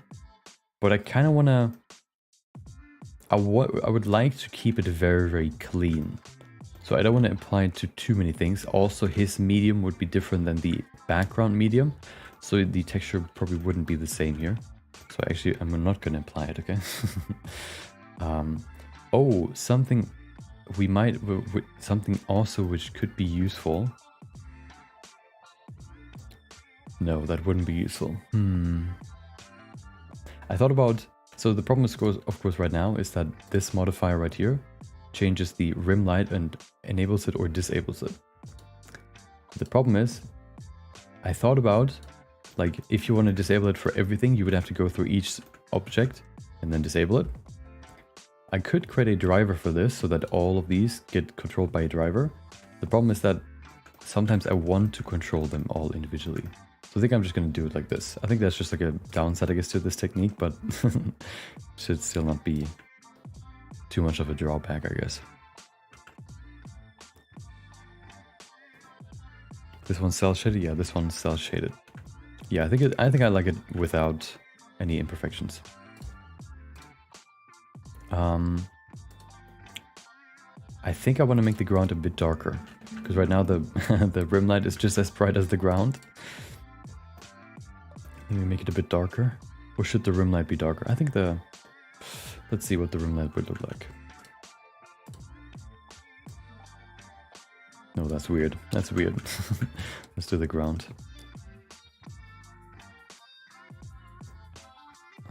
Here.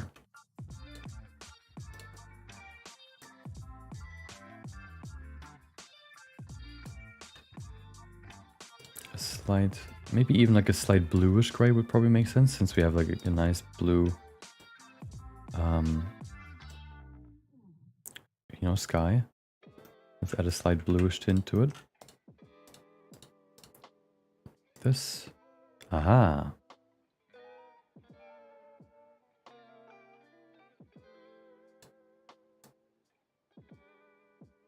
Like that, maybe.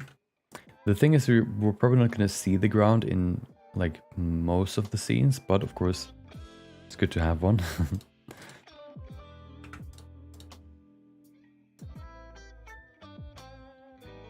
So I think that'll look better.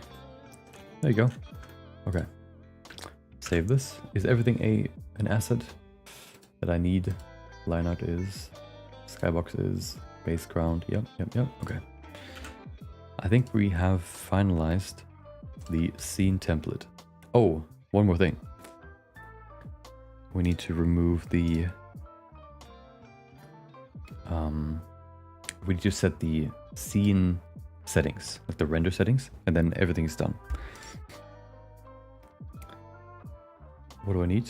Oh, right. Let me pull everything in here that we need. The base ground. As well as the skybox.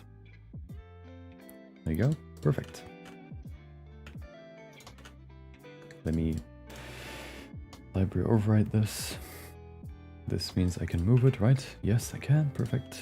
And then the base ground should be movable too.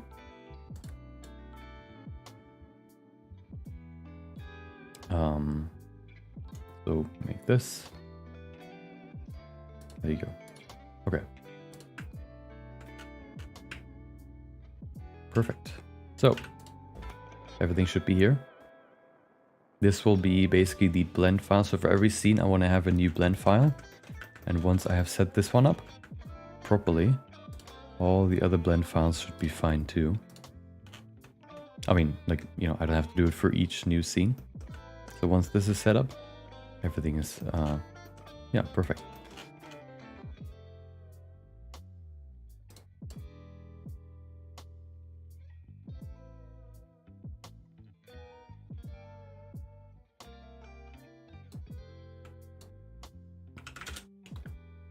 Actually, let me just set it to 0. That's fine. This one, oh, should be in the shader. That's fine. ET's fine. Okay, now the only thing that's missing are the scene settings. Let me just copy them over from the original file and then we should be good. Just quick heads up.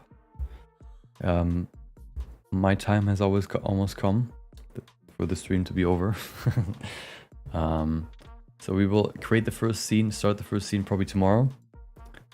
The first scene, if you're curious, if you want to see what the full animation, like my plan for the full animation is, you can watch the beginning of yesterday where I kind of read like my idea.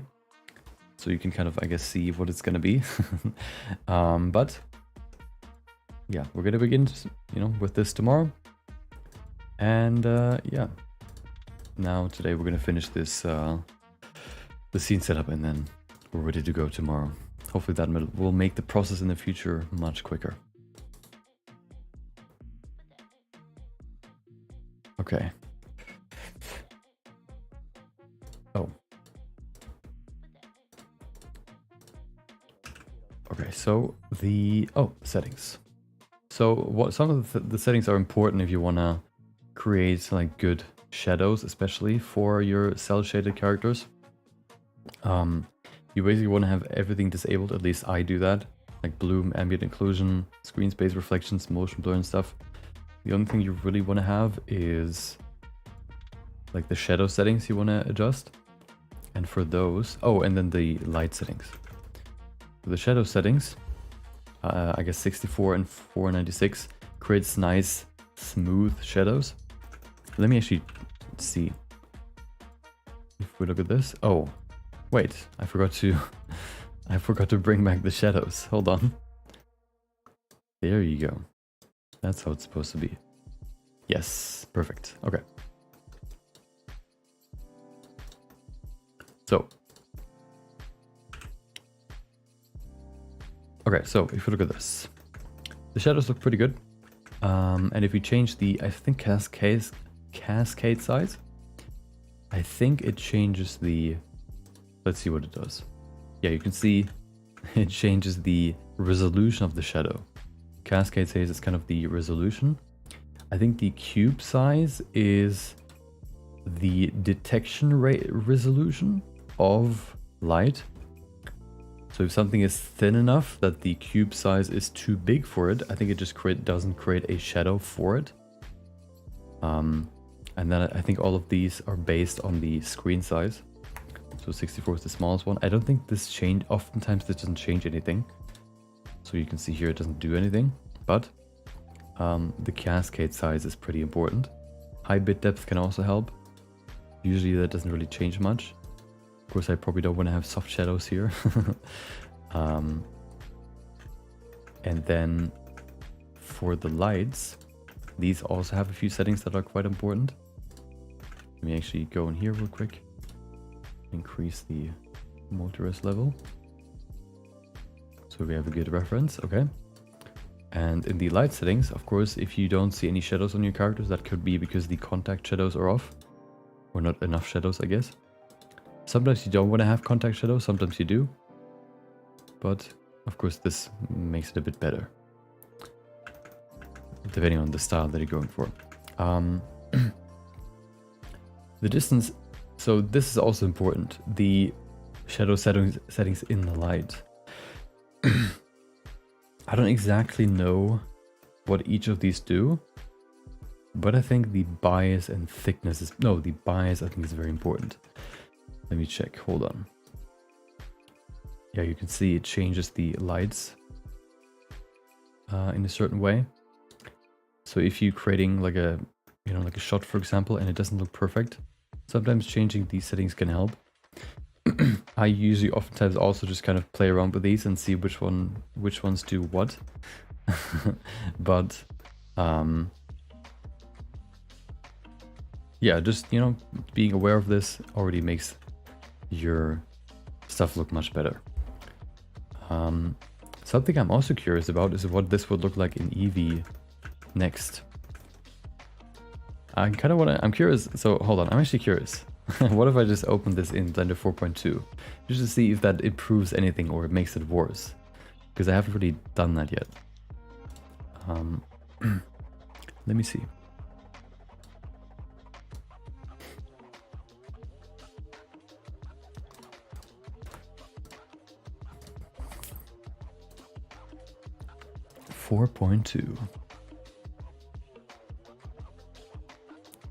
Because I think they changed the way that light is calculated in Eevee. That could actually improve or make things worse. Because that is kind of like the basis of all cell shading. So yeah, I'm curious. I just gotta remember not to save in Eevee Next or in 4.2. Let's see. Oh.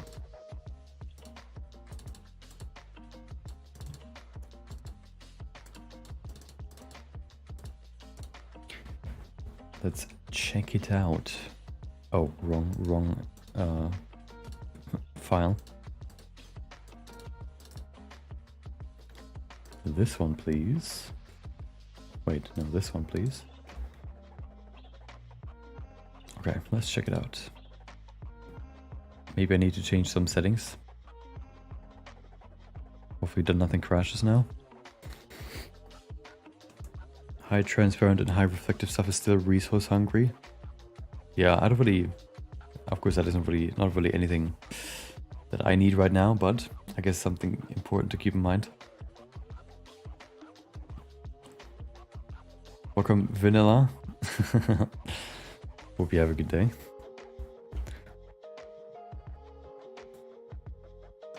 Oh, seems like they changed the font a bit. Loading. Oh, it actually is already in Eevee. Oh, right. The default that you start with is Eevee, right? You actually don't start with cycles now if you download a new Blender version. What is this? Oh. Something doesn't work anymore. Oh no. What changed? Oh, all this. What is all this?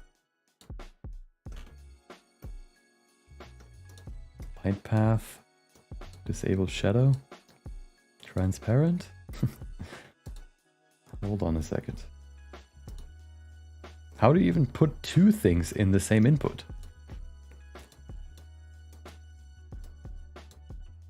Oh, what? How does that make sense?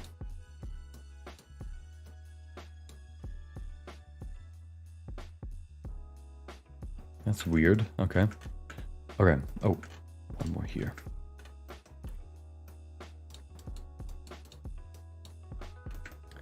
It looks pretty much the same, but oh, this part is actually better if you compare it to the previous version. It also doesn't move with the screen space anymore if you compare this to this one. Wait, that's not the right one. Oh, right. If we compare this, you can see like the lighting, the shadow here, or the highlight is different compared to this one. Also, if we move around in this one, you can see how because of the screen space, it takes this as like a shadow source for this area over here too, which of course doesn't make any sense. But that's, you know, how the Eevee 1.0, I guess, lighting works. So you can see it kind of hides this bit, which of course shouldn't happen. You could maybe change that with light settings, but in Eevee Next, that isn't the case anymore. The next thing are the shadows. Shadows look pretty good. What are the settings? Do we have different settings now?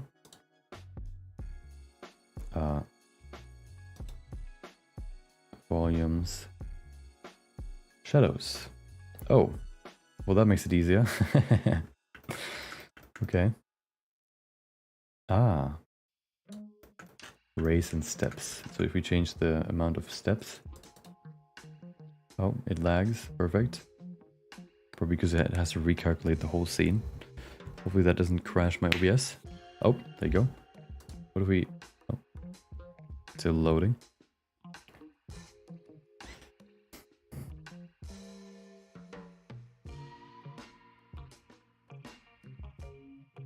I guess it just... Oh. Yeah, it doesn't really change anything.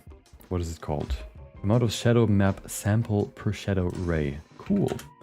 If only I knew what that means. The subsurface shadowing looks nice. Yeah, I haven't really played around with Eevee Next that much yet. But I might actually use it for the animation, because it seems like the shadows just look cleaner. And they have less glitchiness to them. So I might actually use this. You can see there's like a little blurriness to it, so it's not concrete, but the good thing is I can always fix that with like overpainting. So I could also fix those issues from the earlier version with overpainting, but of course if I have a better base I have to do less fixing. What do rays do? Let's set this back to 6. What does this do? Amount of shadow ray to trace for each light. Okay, what if we do 5?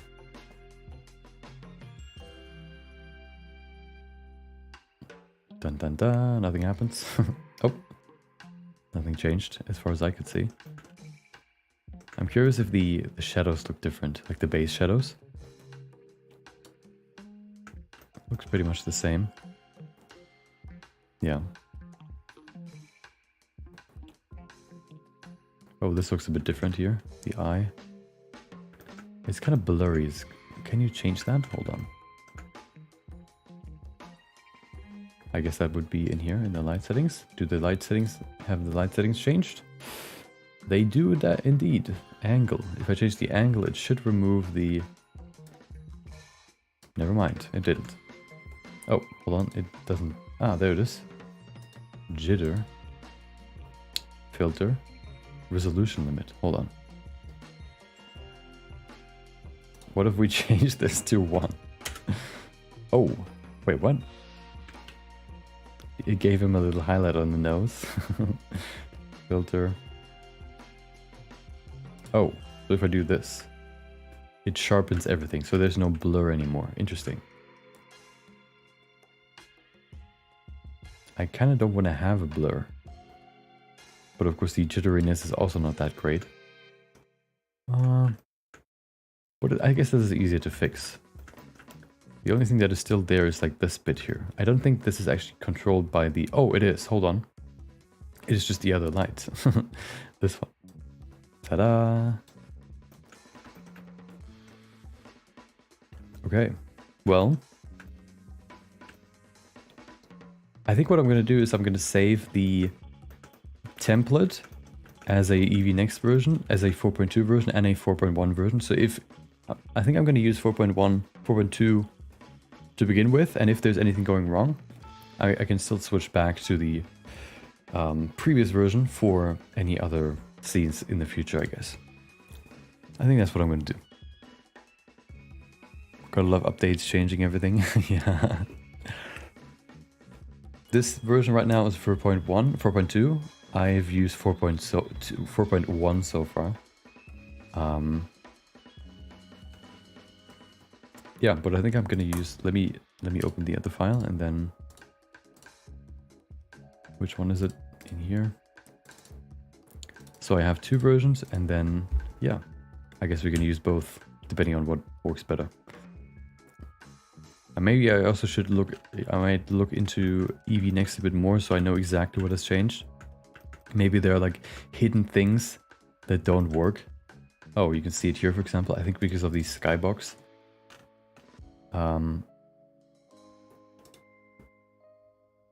You can see everything is drenched in shadows, which of course shouldn't be the case.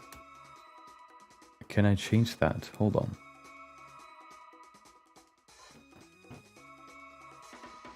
Surface. Why is this disabled?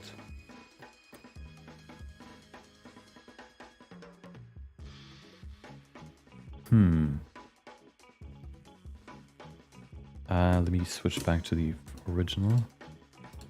So this might be an issue, of course, if I cannot disable shadows for a certain object, because that is quite an important setting for, you know, what I have planned.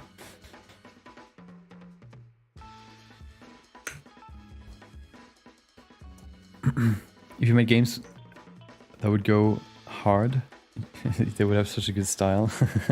This style is quite copied, so I wouldn't say that it's you know, like a unique thing that I made.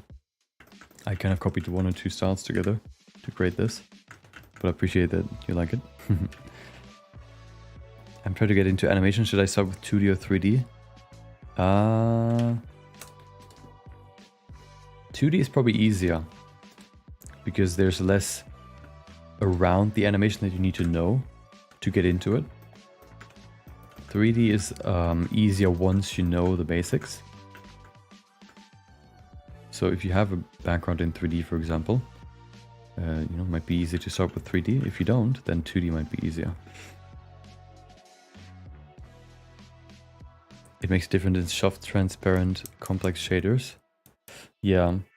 It also, I need to see if I can disable shadows. If not, then this could be a problem. Oh, I know why that wasn't a problem here first, because this. There you go. Wait, this works. Oh, wait, what? It works here, but okay. Wait, how did it do it here? Hold on. Oh, okay.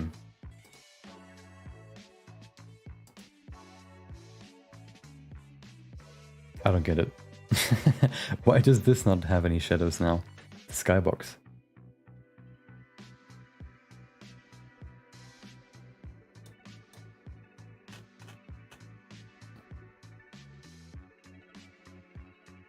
Doesn't matter. Wait. Thickness sphere? No. Doesn't matter, right? Since if it works, it works. I almost saved. I almost saved. Hold on. I will not save. I will open this. That's the problem. I would also have to save a base. If I work off of 4.1 and everything is linked to a 4.1 file, that would cause problems in 4.2. As you can see right here. Oh, wrong file. Damn it. God damn it.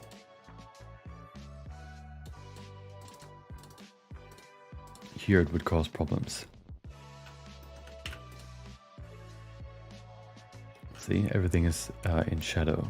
If I remove the skybox, see, the shadow goes away. The thing is, can I change that?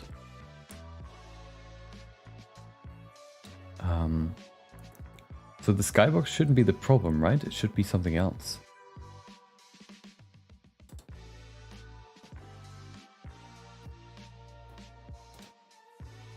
I guess that works if I disable all shadows, but that isn't really the point.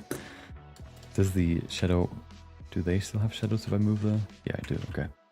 So there's something wrong with the skybox. What is this? Oh, network, interesting. Okay, hold on. Yeah, I'm gonna figure out, maybe I can create a 4.2 version of the base scene too. And if you want to see animations, we're gonna get into that tomorrow. I'm gonna answer some more questions if you have any. And then I think it is time to go, unfortunately. I think there's a shadow resolution scene properties. Yeah, I'm gonna look into that in a second. Do the roar. Maybe tomorrow.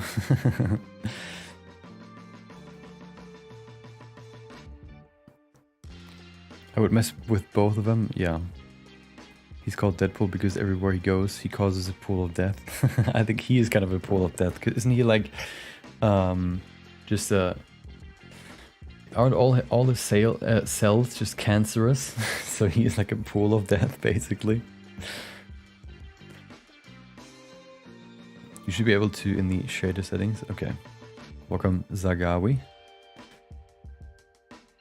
There should be shadow settings that can be changed to none. Okay, I guess yeah, it should be, it can't be the skybox because in the original file it worked. So it must be something in this file that I just haven't seen yet. Welcome, Bangkok. Have a good one. Have you watched the Deadpool movie? I have not. Maybe at some point. I'm gonna make a name for myself up in here. You just make sure people know what happened here today. Okay. Have a good one. Pixelated Serum. Are you using Eevee Cycles? Eevee Cycles doesn't have a good way to create like a stylized shading, unfortunately. Yeah, he's constantly dying, right? What about Liverpool? I think that's something else. Okay. Yeah, so I'm gonna figure this out, and tomorrow you're gonna see a flawless, perfect, maybe even first animated scene. I don't know how far I'm gonna get off stream, but of course I'm gonna keep working on this. So tomorrow you might actually, I can show you maybe the first scene animated, we'll see. Or maybe the beginning of it, we'll see. But I need to first figure out what Eevee Next did to my scene, and then I can do that. Yeah, so if you want to see the cool statue that we finished last week or created last week and I printed over the weekend, you can check it out on Instagram or Twitter. Should be a link in the description. Also, if you want to get this, you know, these custom blender brushes for texture painting, you can find them on my Patreon shop, which should also be in the description.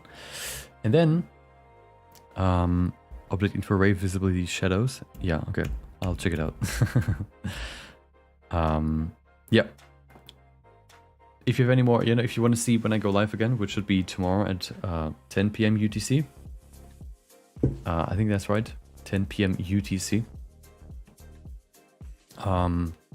We'll continue this until it is done, okay?